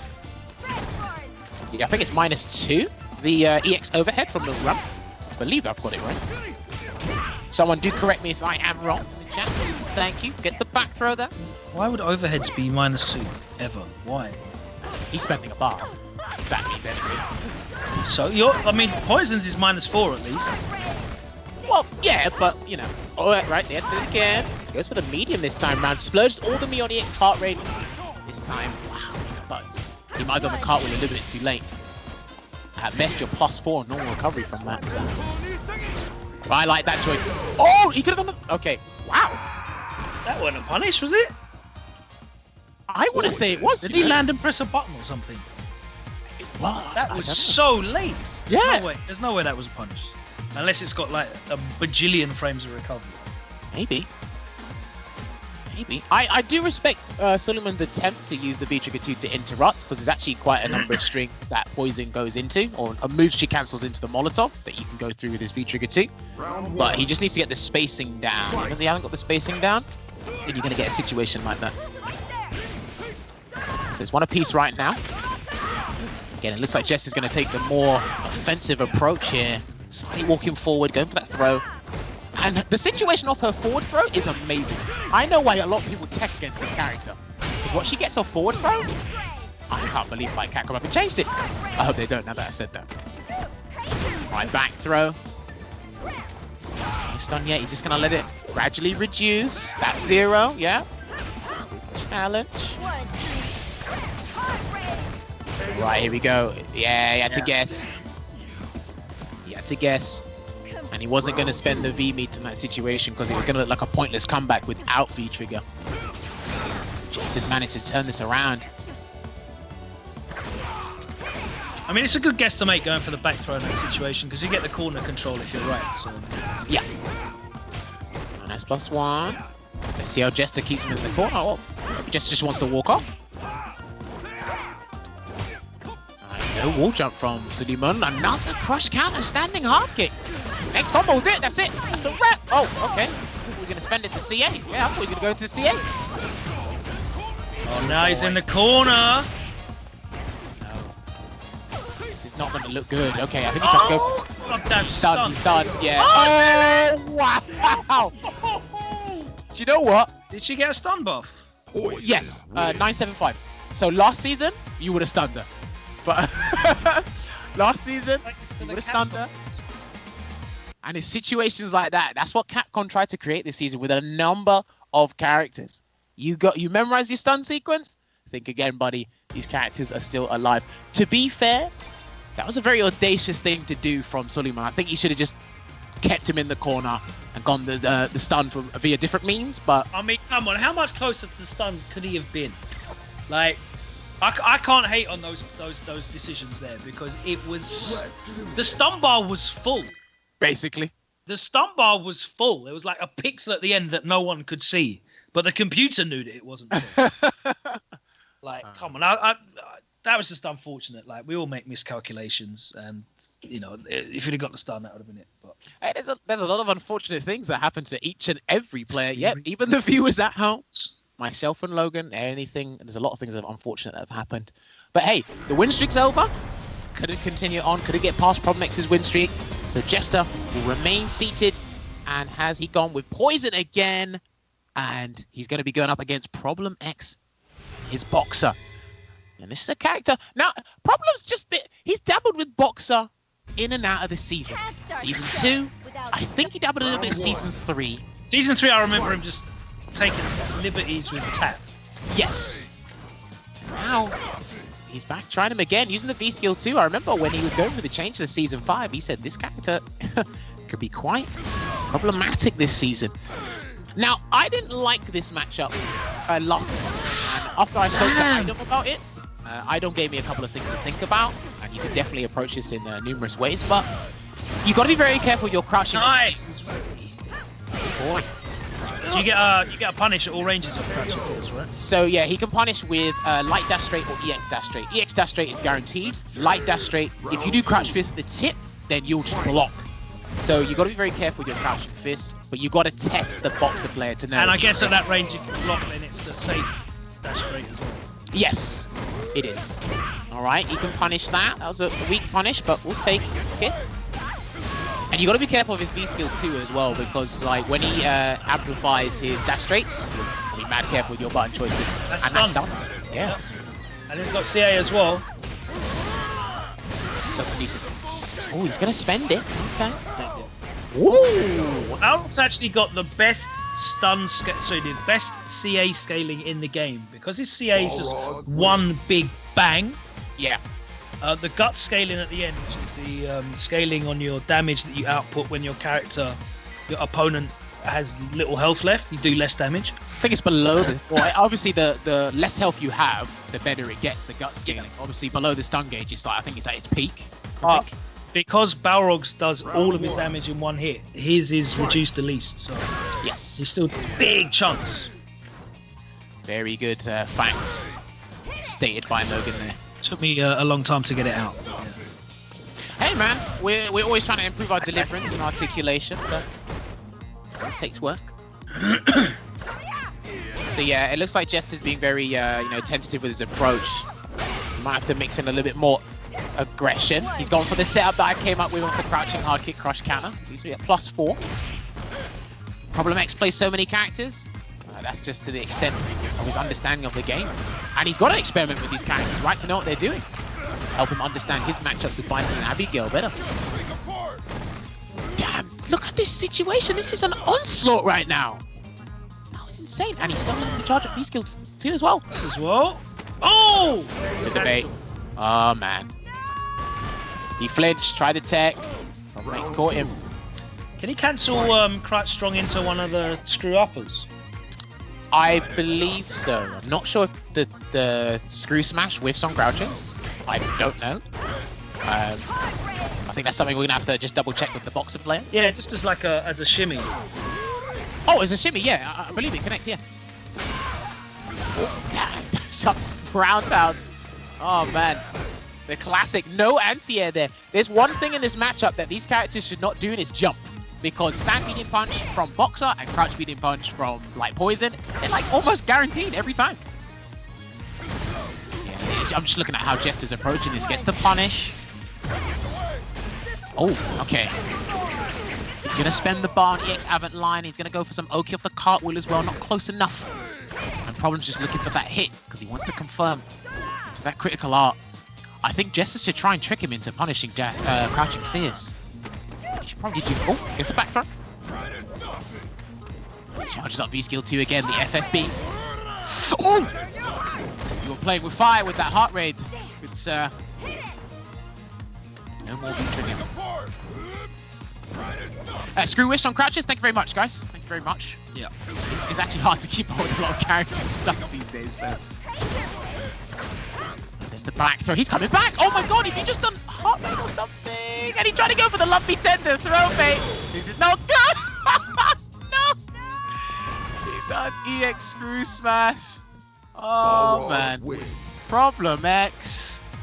The temerity. Your lord is dashing up in your face. Bringing another character out on stream for us tonight. Not a character that we've not seen him play before. As you said, you've messed around with him season 2 and 3. He generally plays around with these characters when they come out, like the big, strong, either Zoni or grappler archetypes. He'll give them a go, right? You don't see him kind of using those sprite mix-up, jumping around all over the place, super hype characters, but he'll use like the solid zoners or the grapplers. He'll give them a try. Yeah. I mean, that's just based off this game, right? Because if we go back to his like roster in 4, even like he played Zangief at one point in 4, right? But that was I think his first character. But then when he went to like properly became competitive, it was Seth and Viper, and they were elusive in more ways than one. But in Street Fighter 5, he's definitely, like Logan said, he's going for the slower, more methodical characters by their toolset and the bigger bodies. You know, I haven't actually seen him use an incredibly mobile character. All right, so that was actually a very convincing win in a matchup I deem to be it's fairly even. Poison might probably slightly edge that this season. Yeah. Obviously, it's something we're still learning because Poison hasn't even been out for a year yet, you know? So, something we're all still learning. Well, she was significantly blessed this season as well. So, thank the Capcom gods. You've got to get used to making the most of all those blessings also from the Poison players' side. So, matches are still getting. They're always being fleshed out, aren't they? And of course, I have to point out as well, the game is different online. So we're in an online world, back again, and Problem's drawn the Bison for this Chun-Li matchup. He's going to get revenge on TKR for ruining his win streak earlier. Yeah, definitely disrupted that flow of getting to that 10 win streak. I'm pretty sure we have Bolt Strike and Broski in the chat. Probably not biting their nails yet, but they're enjoying this and shouting out anyone that can thwart Problem X's win streaks. But it looks like, Problem X is just locked. When you see the Chun-Li and it's like a serious match, he's locked into Bison. No experimenting, no trying out any other character unless he's streaming. Looks like he's completely locked into Bison in this matchup here. And absorbs the Kikoken with the Psycho Reflects, sends it back. Damn, look how much health. He'll take that entire chip string, all of that grey health, all of that chip off, all for just throwing a fireball at that range. It's nuts, man. There is no reason to throw fireballs at anything further than half screen away against Bison. Gets the activation of the stand hard punch into Kokosho. And here's a throw. Are we going to get... Yep, we're probably going to get a flurry of throws here. Gotta stop. Trust me, if you're going to catch Problem out by surprise, it's only going to be once. And I say that from experience. It's the crouching medium kick. Round 2. That's it. Like, TKR is actually very good at like using Chun-Li's resources to help him as a player gain the momentum. And obviously sneak in a couple of throws here and there and then convert to the big damage. Try to make you capitulate on defense.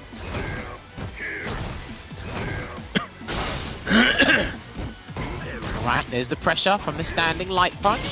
Ooh, worked out there for TKR. Didn't get the neutral jump punish, but he managed to whiff punish the light knee press anyway. Just slowly walking in that range. This is it, right? It's just a confliction in walk speeds. Like, Bison's trudging across the screen basically, and Chun-Li can just walk wherever she wants. So Problem X has always got to be cognizant of the stand fierce range, which is why I thoroughly respect his spacing and his neutral game overall. Oh. Nice whiff punish. Not Went dead to the bar. Yeah. Good tech. That was a pivotal tech there from Problem, but that could have been anything. Come on, grab backs off, just in case. You know what TKR's like? He's dead! And I think that's going to connect. The explosion, oh yeah. Yeah. Oh, damn, that did bare damage. Boy. Do you know when you feel so trapped, just caged when the blast on the screen, and it's like all you is like, right, I'm all I looking can at do is Bison jump. on the screen, I feel trapped already. It's like all your options are am I going to walk forward and block this? No, he could probably do something to go around me. You have to, because you can't jump. What? You can't jump EX blast. If you try and jump that, you're going to die. Tell TKR. Tell TKR. He felt limited. Judgment was clouded. Oh damn. He's got the one bar. There was crush counter scaling, so he's not dead. And the block on the EX spinning bird kick. Problem makes it so mean. He went for forward throw for the kill, just so that TKR didn't build any bar. He's so mean. That's the Problem X. Ooh, back hard kick. I think that's like a clean answer against Devil's Reverse. That might be just guaranteed all the time. We've seen it go the other side in the first set that they played, and it didn't work. Yes, that was literally the one time. Alright, Ultimate Psycho Crusher going to put him in the corner. TKR is going to have 2 bars and V-Trigger here. He's probably going to respect it or let him activate. He respected it. Activation. Oh, no! Okay. Right, he's going to make a comeback here.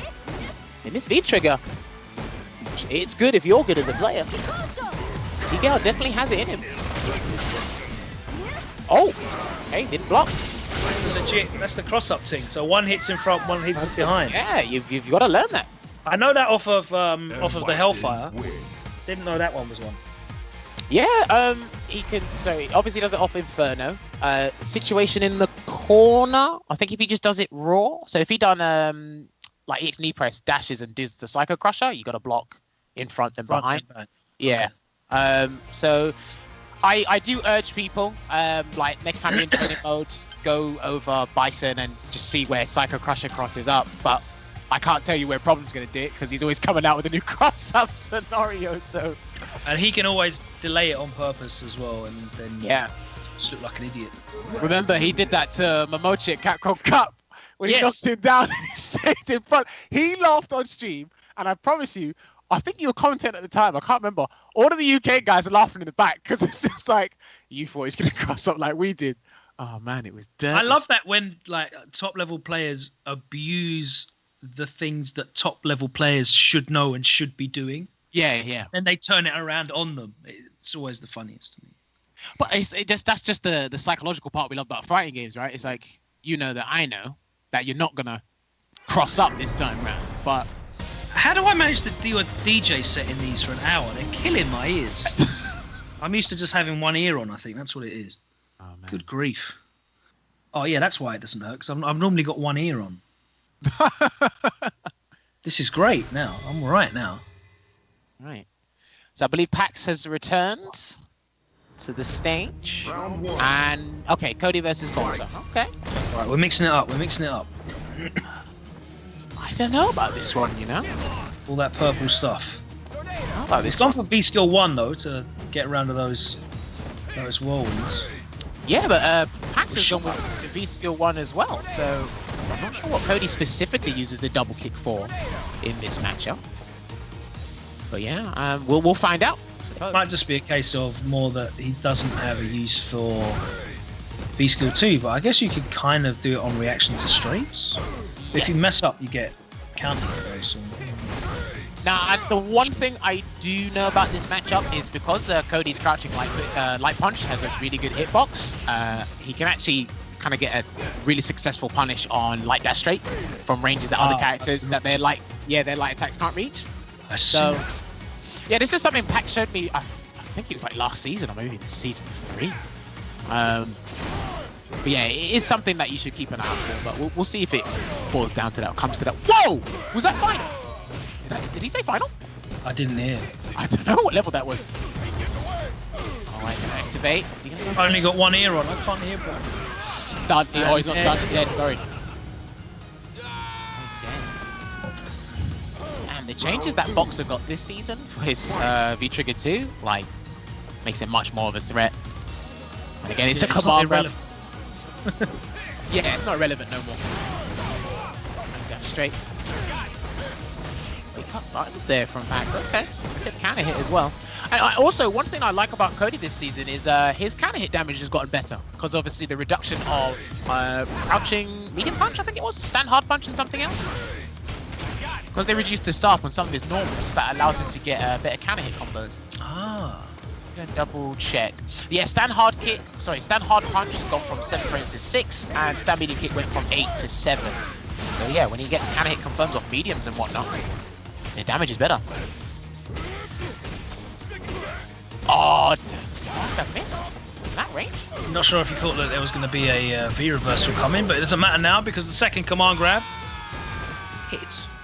Yes, and that's what matters. All right. Next, having a jolly old time with these command grabs. No, they're a big tool to have in Street Fighter 5. They are especially in a character that's got so many plus frames and has really good neutral as well. So Round 1. yeah, for sure. I totally agree with you. And I mean, like when they gave Colleen the command grab with her V skill 2, I'm like, dude, you might as well just give everybody a command grab at this point. It's just that extra option, the inescapable throw. Nice for fun. isn't that like 20-something frame startup? Forward HK. No, Colleen's command Oh, grab. command grab. Yeah. It's more than 20. Yeah, it's like 20-something. It's very big difference between that and boxes. Yeah. But hers catches you when you're unawares looking for buttons in lock string situations. Oh, here we go. Yeah. Boxer's just threatening at any given point. Gets the dash straight again. And a jab. Hey, he done the jab with a frame kill there. Interesting. Ooh. Did he try to bait a throw from? Oh, no cancel there from Packz. Oh, be careful, these tornado sweeps. Probably looking to bait the KKP. Just waiting there. And there's a low forward. Oh! Just too far away from Packz to connect from that range. I don't think there was anything else he could have done from there. He didn't have any meter. Damn. Well, that's actually a good answer to grab and command grab. Because it is, of course, completely throw invincible from the first frame. Obviously, it is a double-edged sword because if Probmax was looking for that, he was pretty much dead. Yeah, it's going to be punish, and it is definitely going to hurt with Boxer. And there's the V-skill turn, once again into the punch, just building that V meter. And this is it, right? Because obviously V-Trigger 2 is 2 bars. Using V-skill 1 against a character that's got a decent fireball, he can build V-meter pretty quick. No cross up there for Boxer, so he can just walk underneath freely and get those landing frames punished, but he resets himself. Beam reversal. Alright, he goes for the dash Oh low. my god. Alright, there's a command grab. What's Problem going to do this time round? Alright, stun's still high, but it slowly depletes. activation off the sweep. Ooh. Oh my god, that could be really bad. If Packz was looking for that throw, that could be really bad. So what is he looking for here? Maybe waiting for an EX dash straight, maybe? Maybe baiting out that V-skill turn like Problem X is doing. Yeah, there it is. Yeah, so if you see him whiffing a throw... Ooh! Oh, he's dead. Yeah, he's dead. Oh man, let's have some fun. Surprise dash to the toss and smash. Closing out that round for Packz. Oh man. That command grab never gets old. Perfectly timed. I think, I know it's in V-Trigger too, but I think you just have it all the time. I don't... No! God, no! What, you don't think you should just have that version all the time? And does a... If you get grabbed, like... Most characters, if you've been touched, if you get grabbed twice in a row, you're stunned, and then you're dead. God, like this hasn't got a high damage output, high stun game. Right, come on now. Oh, God, that's like saying Ibuki should have infinite kunais or something. Like, it's I mean, nightmare. Once upon a time, in a different Street Fighter game, that was a thing. Focus time. Oi! Lovely conversion off the crouching medium kick there. He's clipped with the EX zonk and all the damage, all the stun. Problem fighting his way out. Looking for that cross counter fierce into a bajillion damage. It's hit 64. You know what is a possibility now? Yeah, definitely. Straight, okay. Headphones on. I want to hear if I hear it. I don't know. I'm almost certain he said final last time, but hey, who knows? Thank God it's not fully invincible after a certain level. That's a punish. Couldn't punish at that. Jab into heavy ruffian. There's that was final. Block. Okay. Yeah, so the crouching medium kick target combo activation, I believe it's +2, -2 for both V triggers. Yes. So yeah, I don't think there's any real mix-up. Don't know why Packz backed off after that, but I might have been looking for a problem to check a throw afterwards. yes, probably.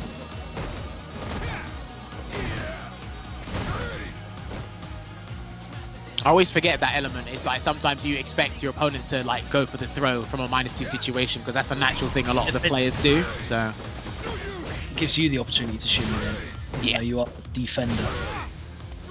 just hitting him with onslaught of dash straight, but Packz immediately went Out to hit the on that level 2 zonk and follows up the ruffian, but problem activates. Meaty. Yeah, Come on. All right. Oh, that A was punish.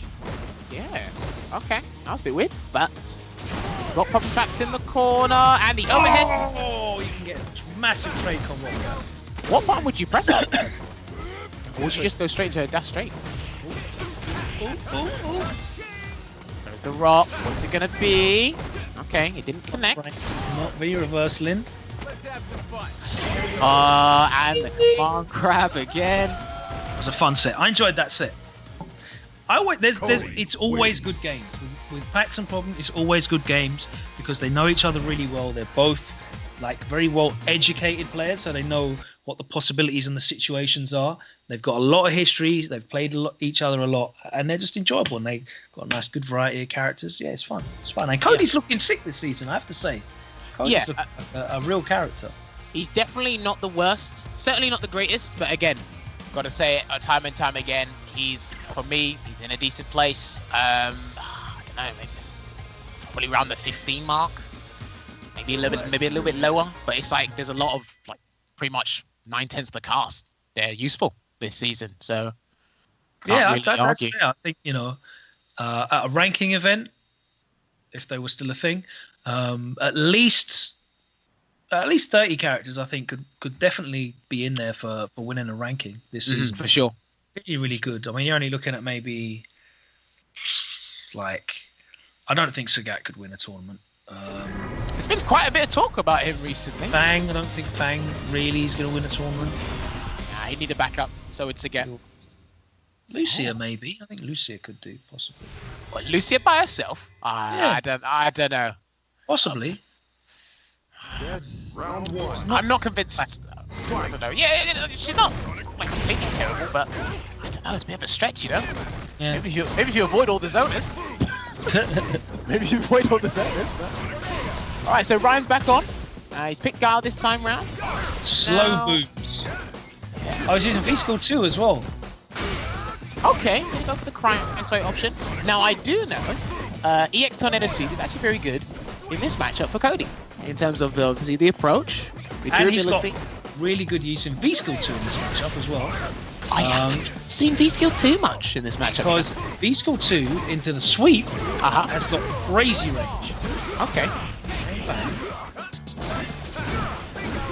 Oh, damn! Did right? Whoa! And he landed on the rock. Sends it back. This is why when Cody's got V-Trigger 2 activated, it's like the answer changes, right? So, because you can't do Tornado Sweep anymore, so you got to use the pipe instead. Oh, he tried to get that EX zonk out in time, but the Sonic Boom was there waiting for him. Yeah, I know you can like send the booms back with the pipe, but it's like you still got to be careful about the other options because Zonk Knuckle literally got checked or stopped by a Sonic Boom, so definitely got to be careful with your approach when you've activated V-Trigger 2. Because what Tornado Sweep covers completely disappears when you activate, so... Just waiting. What is Packz waiting for, I wonder? He's definitely charging Zonk. As to what version? Packz has got the life lead, so he doesn't really need to overextend until he gets hit there, but... Very true, very true. Ooh! Okay, crime swing, the punch follow-up. No dice though. Hey! Now I can't remember if they changed something about heavy ruffian kick this season now. I really can't remember. Today is making me realise that I've forgotten half the stuff that I used to know from a couple of months ago, just from there not being events, and I don't have to do it all the time. So it's been a good learning. Yes, exactly. It's been a good learning curve. Just reminding me that I haven't got all this information at the forefront of my brain as it slowly rots inside as I think about going out to Sainsbury's. Oh my god. Okay, it looks like it's less punishable on block. -10 instead of -12. But I can't remember if they changed something about its hitbox and its hurtbox. That's why I can't remember. Oh, stand medium kick. Maybe another button choice. We've got more mileage there. And Sonic, solid puncher has been activated. Does he not meet it for 10 best? No, he doesn't. Whoa! Oh, no. Oh, got it. Sorry, kill the time. Yeah. Oh, okay. Time over. Damn! Final Worked round. out. That really worked out. I was actually looking at the, I thought the health bars were turned around. I thought it was Packz that had the life lead before he significantly reduced it. Right. Just trying to contest. Good air to air there. No flash kick from Ryan. And again, Ryan just waiting, seeing what How Packz does is up Styles' to. hair fit under Probably tucks it in. But I imagine. Oh, how does he comb his hair through the hat? Got lots of Yeah. questions, no answers. Yeah. And a hit. this clip while that's standing? Medium kick and the follow-up combo is significant. There's the V-trigger activation. So you go into the corner, hold this rock. Literally. Oh, from downtown. So I believe this was identified by Problem Cody last wins. season. I believe Cody's overhead in V-Trigger 2 does more stun than normally because of the pipe. Oh, because of the pipe. Yeah. Because pipe knuckles are different. I think it does nearly 200 stun when it For an hits. overhead. Yeah, I can't. Do you know what?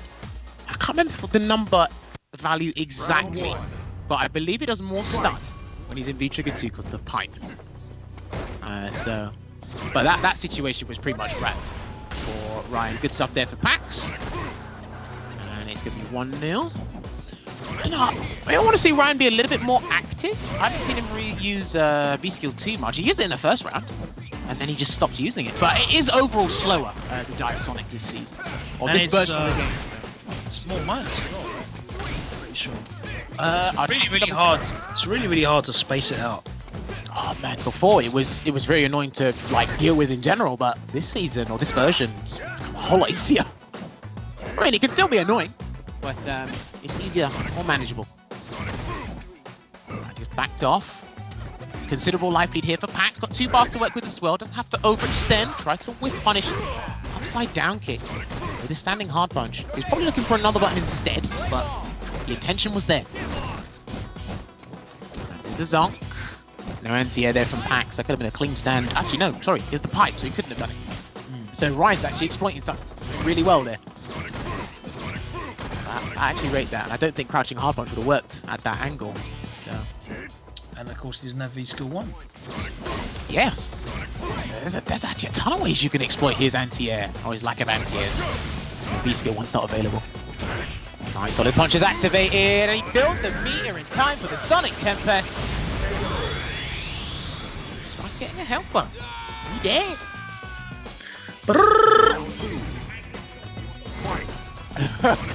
Was that your phone? It's my phone. Oh, man. Video started playing. Alright.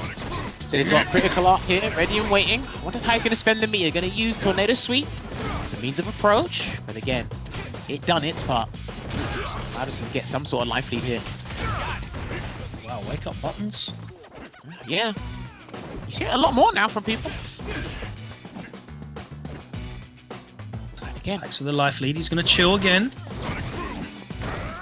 So I'm very surprised that Ryan's being very conservative, you know? Not even just like, obviously you've got to be very careful with the Sonic Booms. You don't want Cody to get a hard read on you.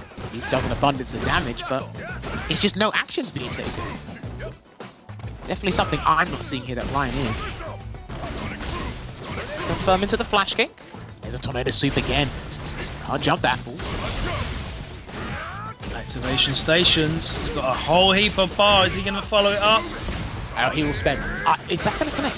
Okay, it did. I thought it was wow. Mistake. Tornado Sweep. I like this. Yes, that was good. Oh, damn! Sonic Boom in his face. Yeah. Point blank range. Guile wins. So, one thing, I was actually talking about this with Soundboy last week. So, shout out to Soundboy. He made an appearance last week. When Cody gets sent full screen, like via throw or a combo, if you've got a bar, I don't see why you shouldn't just do Wake Up EX Tornado Sweep, just to immediately help come back in, you know? It's like just do it. I was watching a match between Cody and Chun-Li. They Chun-Li'd on the back throw, and the guy just immediately woke up the EX Tornado Sweep, and I said, that's genius. That makes Like, sense. just do it to cover your approach. And this is something I'll keep like reiterating, man. It's a good tool for Cody. Remember when they buffed that, it was like, yep, we specifically thought it was for this matchup right here. Oh, damn, the V-Skill 2 got stuffed by the jumping hard kick. I think he went for the low one, so the mid version only deals with mids and highs, and the low only deals with lows, I believe it is. I believe that's how. Yeah, that's right. Okay. Is he going to build a meter in time for Sonic Tempest? I don't think so. No, he thought he did. No, he didn't. That's why he got the back fist. Yeah. Oh my god. Okay. Yeah, Ryan didn't want to have to resort to chipping him out there. Yeah, he could have chipped him out there beforehand. But no.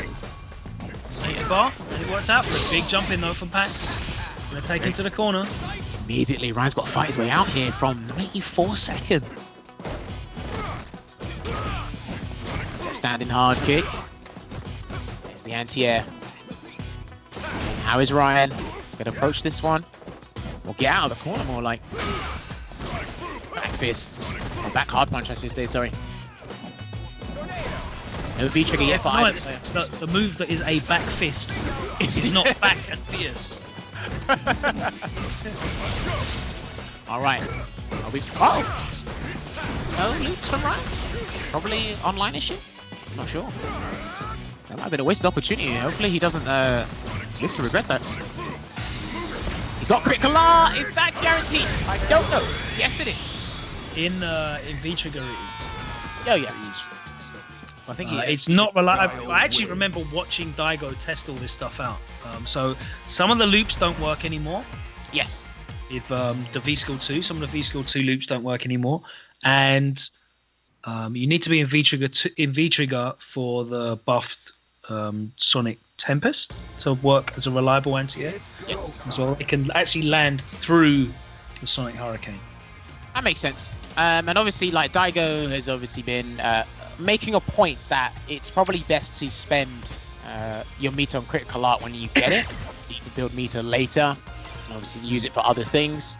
Because like it's interesting, obviously seeing through SGC translated Daigo's philosophy.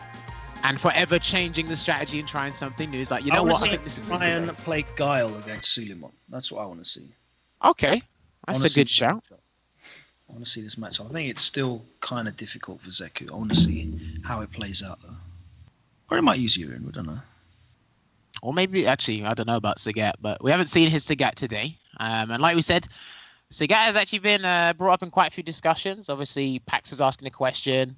F-Word jumped in. Shouts to F-Words. I believe Zaffarino, Bonchan, all the guys that play Sagat on a regular basis, they jumped into the conversation and said, look, well, here's X, here's Y, you know, pros and cons.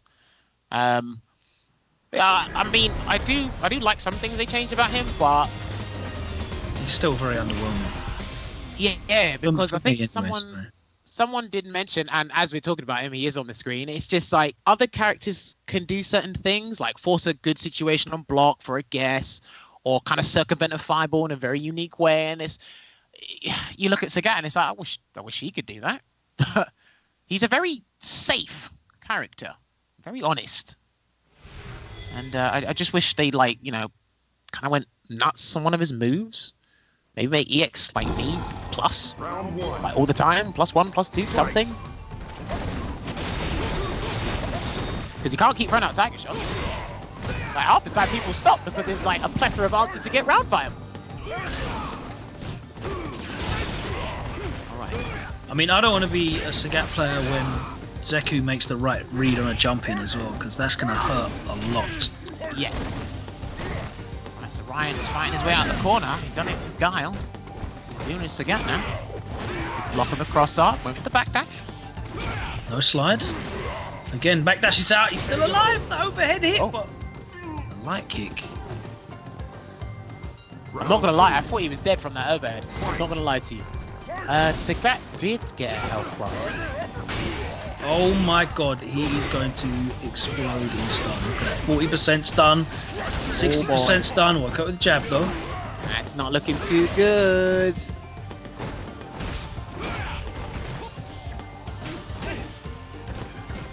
Oh, you finish a combo! Oh, block, that's punish. Right, oh. Ryan. Do you know, he could have side blocked there, you know?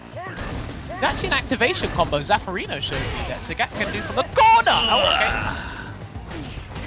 Oh, damn it, he done that again. Is it a real side swap or is it a corpse hop after the knockdown with Tiger Knee? No, so you do stand light kick, EX low tiger shot, V-trigger 1 activate, and you dash twice, and you actually go under the character. Oh, nice. And they're in the corner. The only thing you can follow up with is EX tiger uppercut, but you don't want to be spending the 2 bars on that.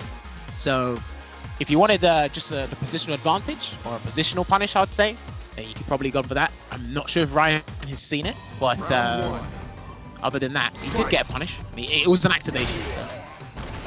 Good grief! And he's already in the corner! Like, what? 15 dashes into the corner after the flush counter. Oh, man. Damn, this feels so overwhelming. It looks pointless. Oh! My God. Does Sagat have to do EX? So I remember Bonchan trying to pick Sagat on Infectious versus Fighting the year that Bonchan won versus Fighting. Yeah. And he just EX Tiger upper every Bushin flip, every single one. I'm not sure, you know. Wasn't he more consistent when they played at EVO? I think so. Remember. Damn. My memory's failing me right now. Oh my God. Did he actually do that? Damn, wow. He threw out that crouching medium punch with malicious intent, buffering it, and then he threw out the crouching hard kick. I don't know what he's trying to catch, but... Oh, damn, stand light kick there from Ryan. Couldn't convert into anything, unfortunately, but he's going to find himself in the corner once again. Oh, I thought that was going to be some kind of trade combo from me. So did I. Right, just trying to fight his way out here. Gets the Tiger Knee. Please don't throw a fireball. Oh, okay. That's why you are sitting there. Oh, man. That is why he's playing. It's Ryan Hart. It's because I saw V-Trigger 2 locked and loaded for Suleymon, and I was like, dude, that's a bit too close. But Ryan's fireball patterns are sensational. Sensationally unpredictable. Yeah. Some jump-ins in Street Fighter 5, so I know what you get Mario for. Oh, okay, get the idea now. Right, again, we've been on this left side of the screen a fair bit. It's out. He got Tiger Charge ready, or Tiger Cannon ready. Alright, I don't know how Suleiman's looking to approach this. He might be... Are you going to be sneaky? He's trying to cancel the palm into CA. You sneaky bugger. Oh, he's dead. He's dead. Yeah. Come on, you went to that well one too often. The whole chat saw you trying to cancel palm. Oh man. I mean, kudos for the effort, but with stuff like that, I mean, this is why like top level play is amazing, because they only bring it out once or twice. Like first time if it whiffs, it's the indication. Second time it's guaranteed, or they'll just bring it out the one time and it's like, yo, why were you even looking for that? Like you said before, why were you looking for that? But I just saw Suleiman just try to opt for that a bit too often. Being a bit stylish from the stream. Over again. All right, man. Ryan immediately gets sent to the corner. It's like, and he's nearly stunned. Oh my god, he's not stunned. Okay, thank god. Oh, God. One bar. He's gonna spend. Ridiculous. Yeah. But Oh my god. right, that was a perfect here. And what that perfect's done is it's put Suleiman match point here. Round start, Tiger knee there from Ryan. It's the uppercut. He probably didn't want that overhead, but it worked out anyway. Probably wanted the micro walk stand fist. Again, just backed off, trapped in the corner here. Sometimes he has struggled to get out, and other times it's been okay. There you go. Alright, just trying to catch Suleiman, probably looking for a jump. There's that jump out. Back to the neutral. Damn, that bar tiger follow shot up. was in his chest when he activated. I can't believe it recovered in time. About to do the feature. Oh! Oh no! Oh, Nice from Ryan. Hard read on that off the wall jump. Final round. yeah, man. Fight. Right, it's still. Oh, it's Why back. do characters have multiple variations of off the wall jumps? It should just be one and that's it. Well, I mean, obviously wall jump adds variety to corner escape options, but yeah, I think it should just be the one arm. Yeah, that's your variety there. You have a wall jump. Wall jump. Yeah, I Not don't like. 3 different angles and speeds. Yeah, Just as you have your wall jump, there you go. I don't like that you can run away, but at the same time turn it from defense to offense, and it's like. Yeah, and then it comes down and they're plus on block, and you've got to hold it. Allow it. Oh, The right. whip punish was lovely. Okay, does the stand fist into the critical art. I kind of like that decision. He gets the life lead, and Suleiman's not close enough to use V-Trigger 2, hence why he's walking forward. He's dead. Done. Ryan Hart closes it out. All right, Sagat wins. that was really good. Really good stuff there from Ryan. I mean, despite, like, there's actually quite a number of situations where Ryan was on the back foot. He did not have the upper hand, but hey. For pretty much the entire of that set, he was in the corner immediately. I mean, he got crush counter, crouch fierced, quintuple dashed to the corner, and was there for the rest of the game. But managed to win out of the corner anyway. Yeah. Which I guess if you're playing Sagat, whatever version of it is, whether it's Street Fighter 4 or Street Fighter 5, you have to be comfortable playing out of the corner, right? It's not Sagat in Street Fighter 2, where you're just a wall, you're like a final boss, Yeah. pumping out tiger shots, and there's nothing you can do. All the greats are able to fight their way out of the corner with their back to the wall. But the fact that he gets put there so easily and has to That take really guesses, sucks. there's no reward for projectile zoning in this game. Like there are zoning archetype characters, and we had it in season. Was it season 3 with Guile and Manette? Guile That were and Manette. good. Yeah. Season 3, wasn't it? Yeah. But they both had really, really good offensive options as well. Like Guile's pressure game was crazy. If you got back thrown by Guile in the corner, You were done. You were it pretty was much just done. it's like 5 turns in a row because Sonic Boom's plus. He's got And frame trap. he was always close enough to get the loop like 3 times or something like that. Yeah, and then because still- he could automatically space you out and then loop you into Bazooka Knee that would be spaced and plus. and And then loop it again.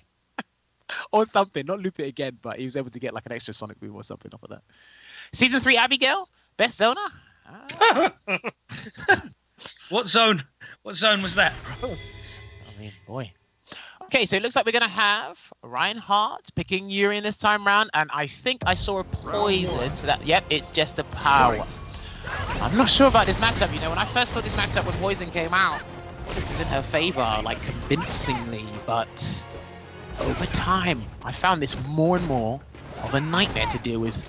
And Urian's got some good stuff this season, man. You always got to be careful. You always got to be very meticulous and just cognizant of your opponent wanting to jump in at you, because Poison's very good at doing that. Poison's got an abundance of baiting tools that are really good, and she's always like looking for you to jump, but the reward is not good enough until she gets V-trigger. If you can manage to make the one thing you always got to remember about Poison, if you make it hard for them to deal with her whip game, so crouching fists and medium heart rate, then oh boy, you're on the verge of winning the round, but then they've got a reliable comeback factor like this. That's in front, good block. It can be all for naught. As Problem X would say, quote to him, it's like someone deleting your coursework after nearly finishing it. Oh, there's the anti-air, and there it is. Can he kill? Oh, Jester, come on. Don't do this in the front of me. overhead is still alive as well. Jester, don't do this in front of me. Please don't. He waited and respected. They just said, but heart rate, press stand jab if you want it. Oh, Damn! oh no. Okay. Overhead. So he missed the heavy shocking heal or just the super after the anti-air converted into the Molotov.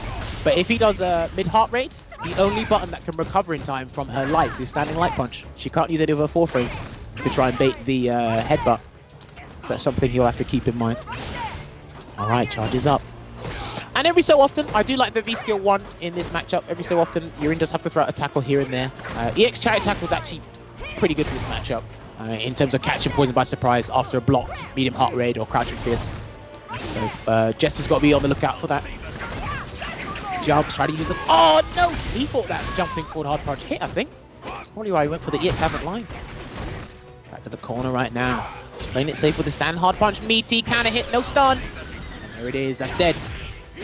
Gonna go to the final round. Poison is so much fun to play. Yeah, I have tons of fun playing this character. Obviously, she's not for everybody, and it does take a little bit of work, and you have to accept that you do not have a defensive option outside of CA, which is 10 frames.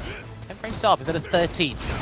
Last season, it was joint with Ed as the slowest CA in the game. Yeah, that's a really nice buff. Oh, that's incredible. Okay, jump. I mean, 10 frames for a CA is still not like in any way good or even average, but it's at least it's got more utility now. Yes, much better. And they improved the forward hitbox on it as well, so it makes the crouching fierce activation into CA more consistent. That's good. Alright, throwing out the Metallic Spheres right now. Ryan will stop in a minute, yeah, just to double check that Jester's clocked on, probably looking to punish those fireballs.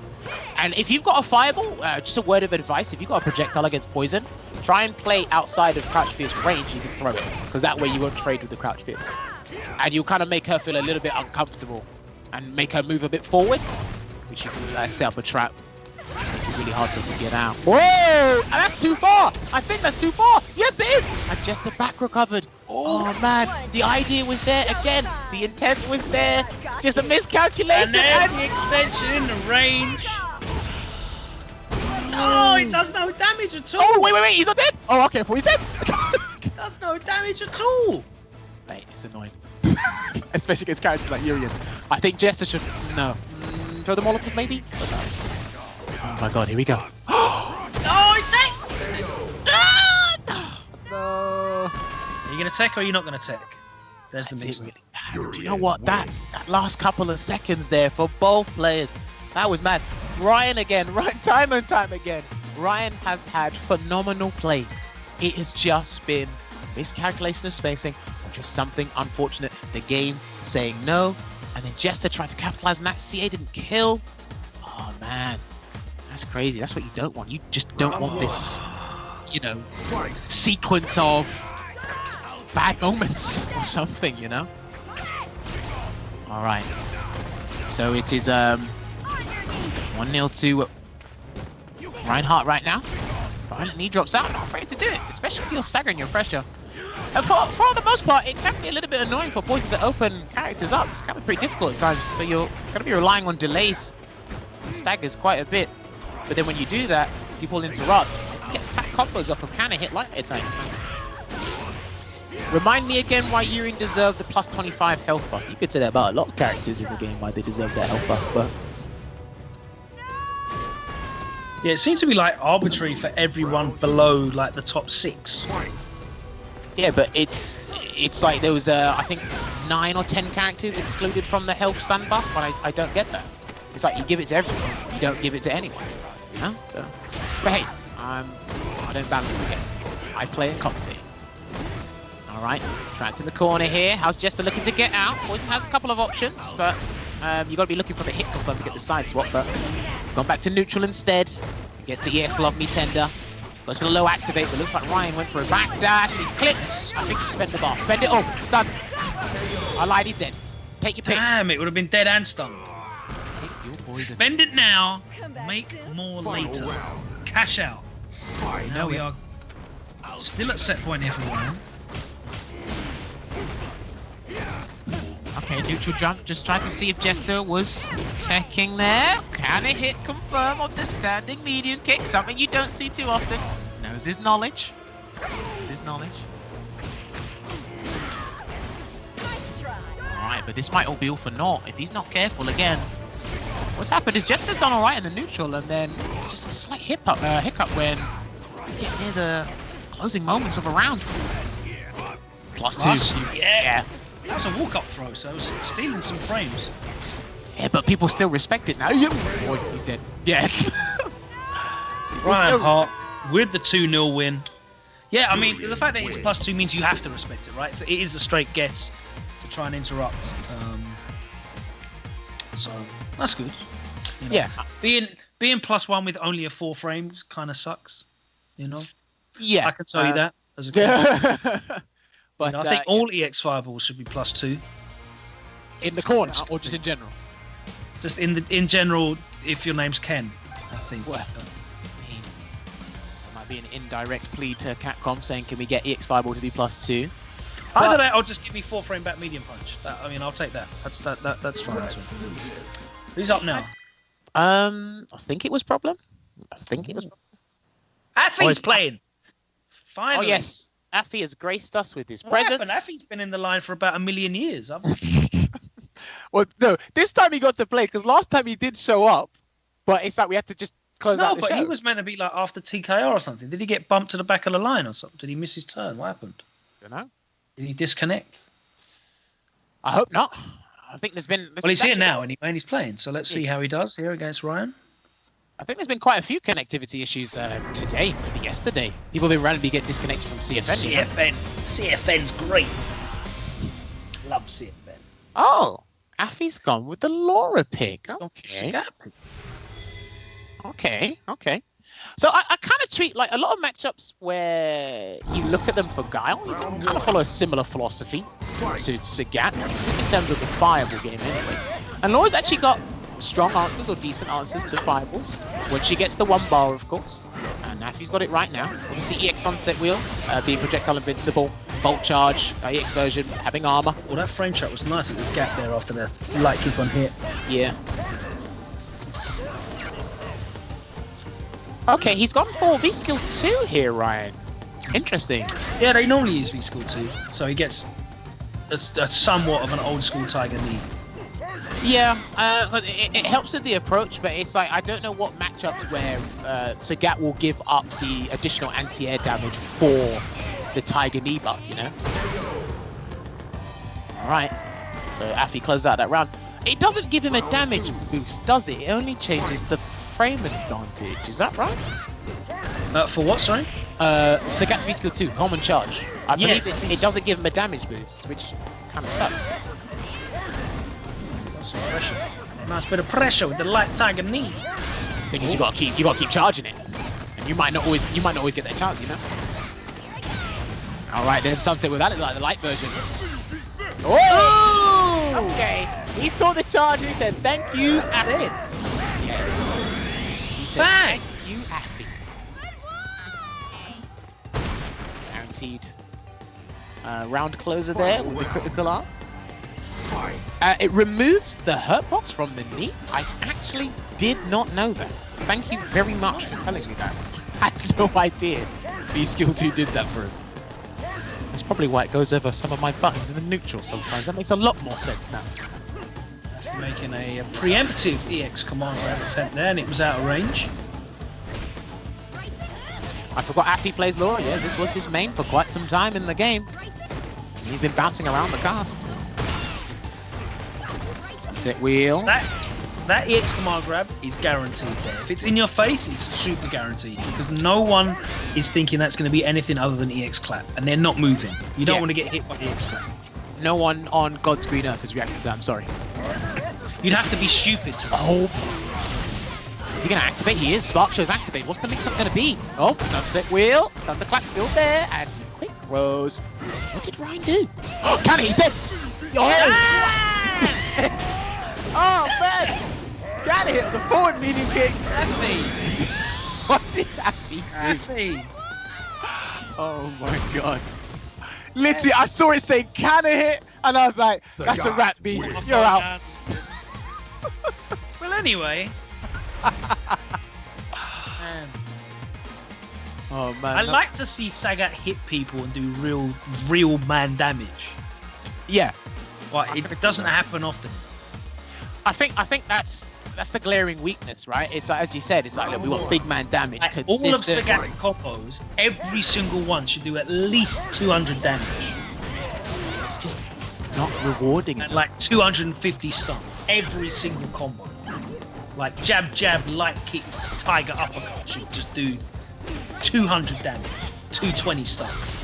Because it's like, for me... It's not hitting you, it's not getting OTs. Yeah. Like, you've got it should hurt. Yeah, you've got to let them know.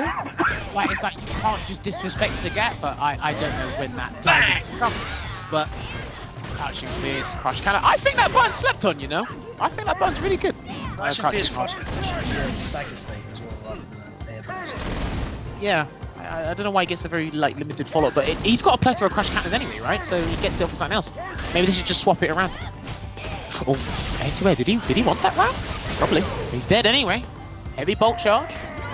Close it out there for Afii. Like, if you jump at Sagat, you should not want to jump again. Yeah. If I jump at Sagat and get DP'd for like, what is it, like 130? Of course I'm jumping again. I don't care. Definitely jumping again. Look how tall he is. I'm going to jump on his head. He's not going to be able to recover from that tiger shot that he has to throw. There you go, and the double.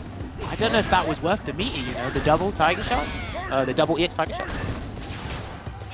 Oh, he tried a sunset wheel there. Probably in anticipation of a tiger shot. Yeah, exactly. He's just throwing it out preemptively.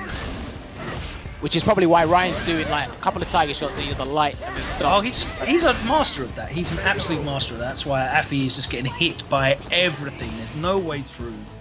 Final round. He's so good. It's like you know, Ryan used to do freestyle breakdancing. Right? It's like that's his fireball game. Like, he's just pop blocking and, you know, hypnotizing you with his moves, and you think, yeah, it's gonna come now. I'm gonna that no, and get hit. I'm gonna get hit in the face by this normal. He's gonna throw it now. I'm gonna jump. You know, he's just looking in the air. Bang. Yeah, there's some things you just can't change about making, and a lovely conversion of the E-skill 2. Tiger knee there. Afii's finding it incredibly hard to approach. So he's got the okay, raw jump. As I say that, he's doing it. Eventually it'll hit. There's activation throw. Yes. Sunset wheel. That was the light version. Yeah, he's taking advantage of the throw range. It was ridiculous. Oh, Afii! He could have died. Pretty sure he could have died. Oh my god! He done it again. Afii. Oh. My chest felt hit. I was looking at the screen and my chest wanted to DP. 1-0 up on set point. I'm definitely DP in there. Definitely DP in there. Because what? At worst, it gets blocked. And it's only 1-1 anyway. Yeah, we go to another round. But, yeah.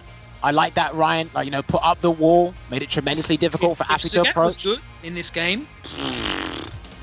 You'd think twice. I'm not on it. I'm not on playing Ryan with a Sagat that's good. But the thing is, the fireball game's mad. Yeah, The fireball game is nuts. But for me with Sagat, it's not so much the character that's threatening, it's the player behind it, right? It's always the case. Of course, because the character's not threatening. Yeah, so it's like, you know, when you play someone like Ryan, Bonchan, you know, Zaffarino, any of the Sagat aficionados, you're like, whoa, do you know what? It's you. It's not so much the character, it's you that's like mentally deterring me. Because again, depending on your character, you're like, I don't care. You know, probably put Ryan up against Luffy right now. Luffy would just continue to jump. You know, probably put him against Phenom. Phenom will continue to jump. Someone will do it, not be deterred. Because like the neutral game, it's there. They just take snippets, but it's just not rewarding snippets, you know? All right. All that manga jammers? Yeah. I've been collecting for quite some time, over a decade now. Volumes, printings. And we have got Problem X. You know what's funny? I can see jammers is like you guys at home only get to see like the cropped version. Oh yeah. But the camera, the actual. Can we after this set, because this is probably going to be the last one. This is the final. These are the final bosses, obviously. Do I have to pan the camera? I just want to show the full screen of jammers so you can see the full extent of the volumes. I can pan the camera for you guys to see it if you want. No, they can see it anyway. No. Or does it go further to There's your more right? than what you see. I'll have to see if I can not mess this up, but we'll see. All right, so let's see how Ryan handles that. Okay, so that is -4, but they've made it a better button this version. I think they reduced the hurtbox at the foot for Coral What's Kick that? now. Sorry. Coral Kick, yeah. I mean, like that button was annoying to deal with anyway, but they're reducing the hurtbox. Remember when it was rubbish because it was background. Wait, that was that season 1, isn't it? Season 1, because you couldn't anti it. You couldn't walk back and anti around it. Oh my god. Damn, these characters have gone through their trials and tribulations, I'm telling you. Wow. Was that another final? It was another final. It was another final. You can never forget about that. See, this is how Problem played Boxer in season 3. This is exactly how he played. You just wait 70 seconds and then just go boom. And the thing is, because you're getting hit by that into another one.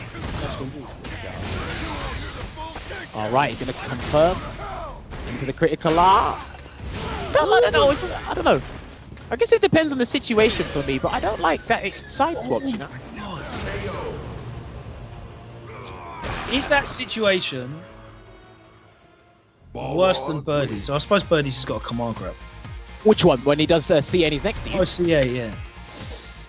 Because he can get you with roundhouse and be +3. Right? And that will always be the same. Birdie has to connect meaty. Obviously, it's 0, right? Isn't Birdie's +1 after it's meaty on the CA? It's probably 0 +1, but it's because the command grab makes it a threat. Yeah. Boxer doesn't have that unless it's trigger 2. So I don't know. You know, that's a very good question. Chat. I'll leave that open to you guys. What situation's worse, post CA for Balrog or post CA for Birdie? I actually want to know what people's answers are. Because they nerfed the post CA situation for Abigail in V-Trigger 2, right? He can't do meaty Metro Crash and then get the command grab afterwards now. Well, they reduced the range of the command grab, so he can't just get it. Yeah. So yeah, he has to do the. No, I think he can do the tackle and do like command grab because of the frame advantage, but because he's close enough. No, because he's not close enough anymore. I don't think the range is there anymore. Okay, it's probably. I'd have to double check. Okay, I was wrong. Apparently, you're right, Logan. It is +2 when Birdie does the stand hard kick. Yeah, it's a legit. The command grab. The command grab after the hard kick's legit. So a lot of people are saying it's Birdie. They say Birdie's is much more scary than Boxer's. Yeah. All right, Ryan looking to stun Balrog here. And Problem X is going to activate, gets the dash low. What's it going to be? Crush counter standing, roundhouse. He's using that command grab to the advantage. He's got a guess for the stun now. He's got a guess for the stun. Safe just in case. Oh, you're not thinking about that when he walks up. He's done walk up roundhouse so often that you're not thinking about that command grab. Damn.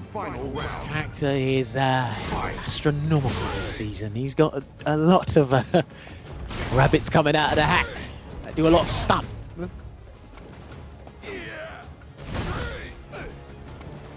Alright, so this is potentially last round here for Problem X, match point.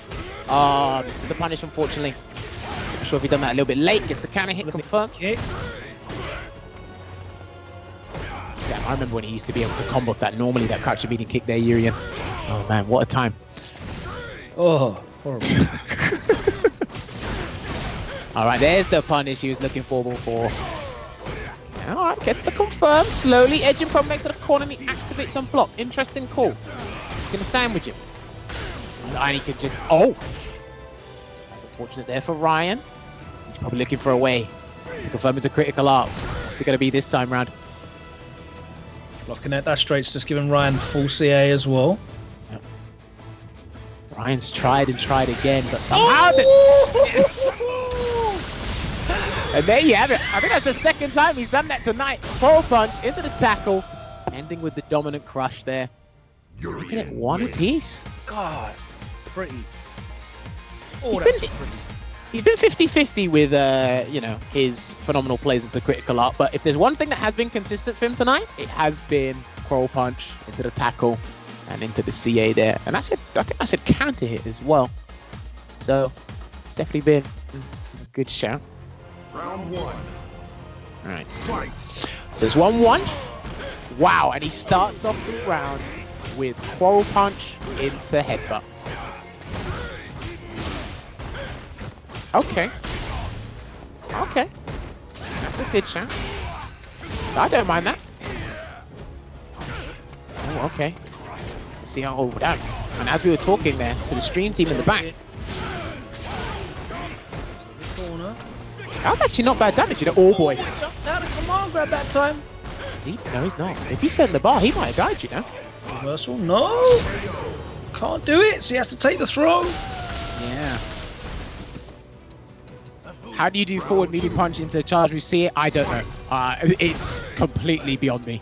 You're gonna have to ask the Urian experts or people who just understand charge characters to that level. But I just cannot do it. Probably sit there in trainer mode, do it 3 times over the course of 3 hours, but naturally doing it, can't do it. Especially in a situation like that, what Ryan did. All right, critical art available here for Ryan. Spends the bar on the knockdown. Nice neutral jump, and he's aware of the range, so he uses the sweep only. Hey man, crouching hard kick for you is kind of slept on, man. That range is pretty good. Hard to punish from max range. Well, the crouching medium kick's so good, right? And it's basically got the range of a sweep and is safe. So Yeah. you'll kind of see them use that more often than just the normal sweep. And at that kind of range, you're going to be chariot tackling anyway. Anyway, yeah. All right, screw smash. He's going to spend the meter to take Ryan all the way to the corner. Ryan's got headbutt, but if you delay tech, and he's got to deal with that. You had to respect he's dead. God. Yeah, he's dead, he's dead. He didn't respect the situation. So I think he tried to up back or back that. that brings us to a situation now where Ryan and Problem have both got 5 wins. Uh-huh. But we've got 5 minutes left of the show. So what do we do, Logan? So we're going to let Ryan carry on playing because he might get to 6. Okay. That's fair, right? If Ryan gets to 6, then it's fair. I guess so. It's actually been, you know, relatively close between a lot of the players. So we had Suleymon with 4, I believe. Obviously, Ryan's just got the 5. Problem got the 5. Already got ended by TKR. So it's been a back and forth. And like we said before, nice variety of characters. So let's see. Got to see some exclusives as well. A bit of Problem X's Boxer, some Ryan Hart Sagat as well. Yeah. Nice. All right. So let's see what the character choice will be from Ryan this time round. And I didn't see. Was it Packz that stepped up? I can't quite remember. I can't even remember who's in the lobby. It was Packz, yeah. Because I know 2 people have left, or 1 person has left the lobby. So Got to defend the honor now, Packz. It's on you. Right. Let's see. I don't know if we're going to get it kicked out of the spectator mode, or we're just going to miss the first round entirely. We are going to miss a lot of the first round, it looks like. All right, so yeah. Packz versus Ryan Hart. Urian versus Cody. Another matchup I haven't seen. I think I've only seen it once, if I'm going to be completely honest with you. I don't think I've seen this in tournament play at all. But we'll see how it goes between these two. And I'm pretty sure these guys play quite a bit because Packz has been playing. He's super diamond with this account. Obviously on his old account, his PS4 one, he was working towards Ultimate Grandmaster, but see a lot of stuff happened in his life. Had to take a break. All right, gets that stand hard kick there. And he's again slowly pushing Ryan to the corner. Again, I guess it's just a mixture of Ryan's characters, but we see him like go to the corner early on, but because Urian has got that 16 frame dash, he can kind of try and surprise people. Okay, so it can be hard to check what he's doing, but obviously he doesn't make it too predictable. All right, charges up Indignant Thunder there, can help him. And that can actually help out Urian if Cody opts to do the EX Tornado sweep, because it could just be a clean counter. Meterless 3-hitting fireball, I believe. I think the durability changes depending on the range. I can't quite remember. Somebody in the chat, please tell me. I can't remember if the hits change depending. Or is that the EX version? I can't remember. It's been a while since I've messed around with Urian's V-Skill 2, to be honest with you. Oh! Damn. God. He still won the round anyway. And we're back. Yeah, I won the round anyway. Alright, there we go. Again, just trying to judge the distance there, waiting for Packz to whiff a button, but at the same time, Packz is not biting. I like that these two are just like, you know, critically aware when this like, right, you want to whiff a button here, but I'm not going to. Or you want me to whiff a button here, but I'm not going to. Alright, just backs off again. That Tornado Soup has an approach. Ooh. Oh, he almost got the whiff punish on that coral kick, but he's got him in the corner anyway. Double ruffian. Do delayed standing medium part. Oh, standing medium kick, sorry. Good advantage of the frame advantage. Again, let's see if he can just keep Ryan Cage in the corner, making sure he doesn't get out by any means necessary. Try the regular headbutt. Again, just get that space. I like that space he's created, just in case Ryan tried to do violent knee drop or something. Oh boy. Here we go. Side switch. Oh. Yep. No tech. Jump forward. Oh my god. Oh, just safe enough. Oh no. That's gonna kill him. Oh no. You didn't want that. That's unfortunate. That command grab has literally zero range. His range is non-existent. Ryan's got CA here. Packz has got to be extremely careful right now. And there's no... Oh, the light kick. Catches him on the way in. Counter hit. Cody. I like that Stuffs check. the button. Yeah. Yeah, I like that check. But I also kind of respect the dash from Ryan, because CA was there, and we know that Ryan's been confirming into CA, or been attempting to confirm CA numerous ways. So it was like, all right. A lot of them using very rangy buttons. Yeah. So you're aware of this, so I will try and catch you with a surprise dash. Fight. Packz was one step ahead, and he's like, look, I've probably seen this, and considered all the variables. All right, so it's 1-0 to Packz. Let's see if Packz can stop this win streak.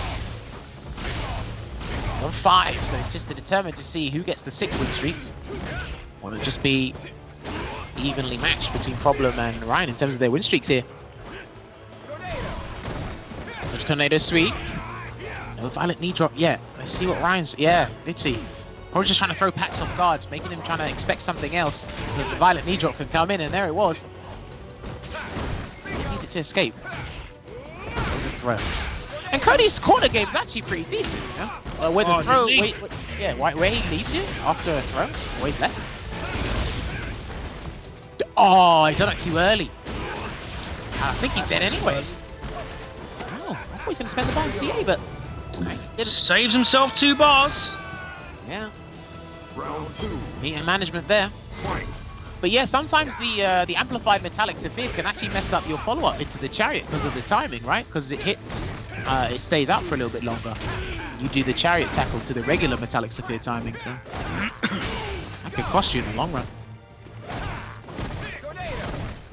All right, Ryan looking to make it one apiece here. Stand hard kick. And I like how Packz seldom uses that button. That button can get Cody killed if it's whiffed. People get huge mileage from whiff punishing that. He's making sure it's blocked, but he doesn't use it at all. Right, air to air. Nice air to air. Looking for a throw take, didn't come. Packz was on point with the stand fierce. Indignant Thunder, he's going to activate. The reversal, there's a throw.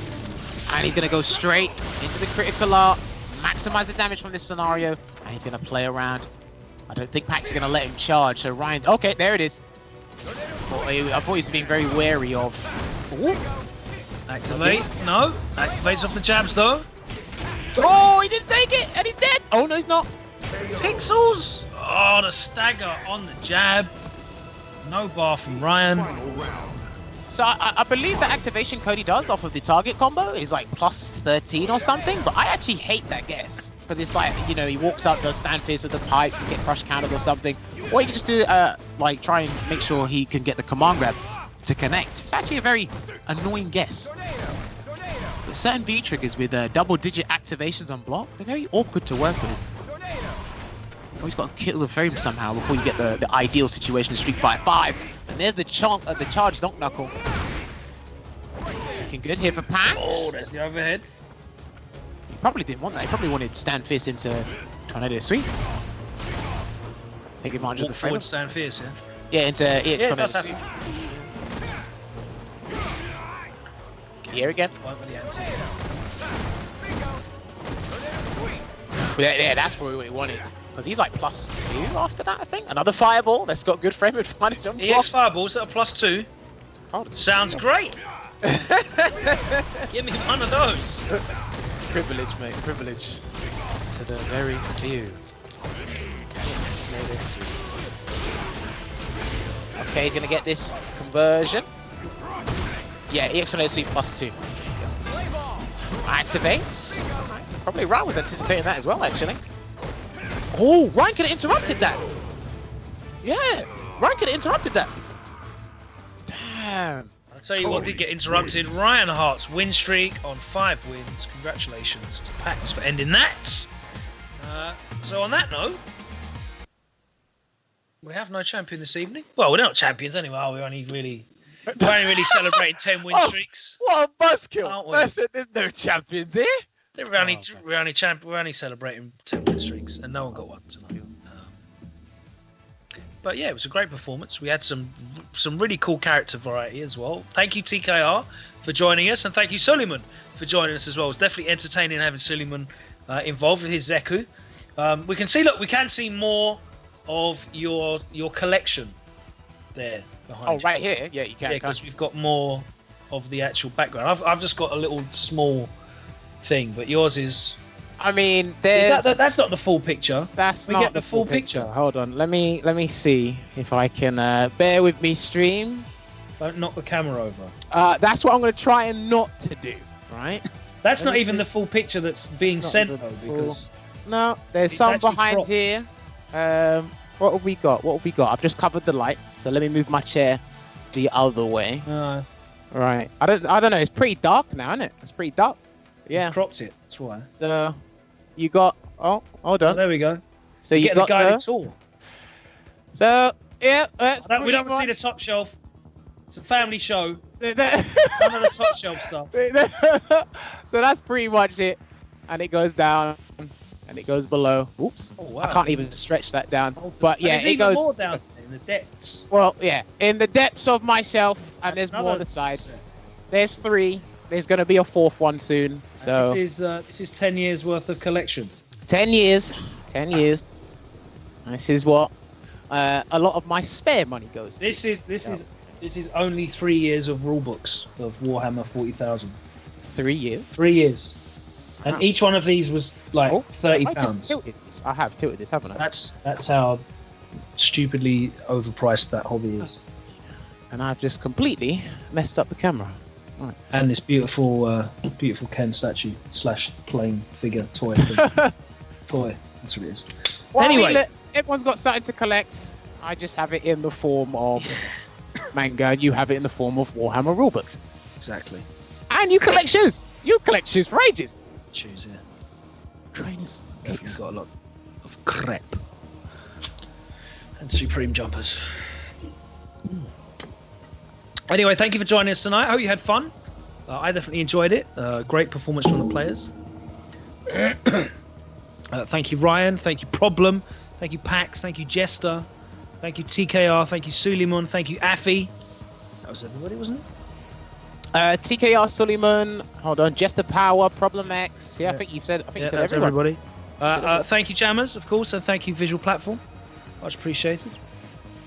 We will see you again next week. What we got this weekend? Is it double KO Street Fighter 5 this weekend with Tyrant? It is double KO with Tyrant. Will be on Red Bull. That's a tournament you guys can enter. I think sign-ups are still. Yeah, it's Saturday. I think sign-ups are still available. Let me have a look. To check. So sign-ups are still available until Friday evening. If you want more details on the Double KO online tournament, so there's going to be £100 for first place. Tweet on Tyrant_UK's. There you go. Timeline. He has it there. So. Oh yeah, and don't forget the Salt Mine League on Sunday. Yeah. So yeah. Always big up the Salt Mine crew because they do incredible work for the community and have done for many years. It's nice to see them getting the shine and recognition for all that great work. Now that online is king.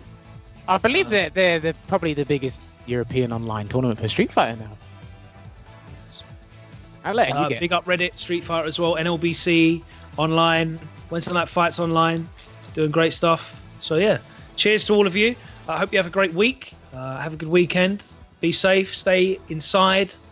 And stay playing Street Fighter 5. Take care. Good night.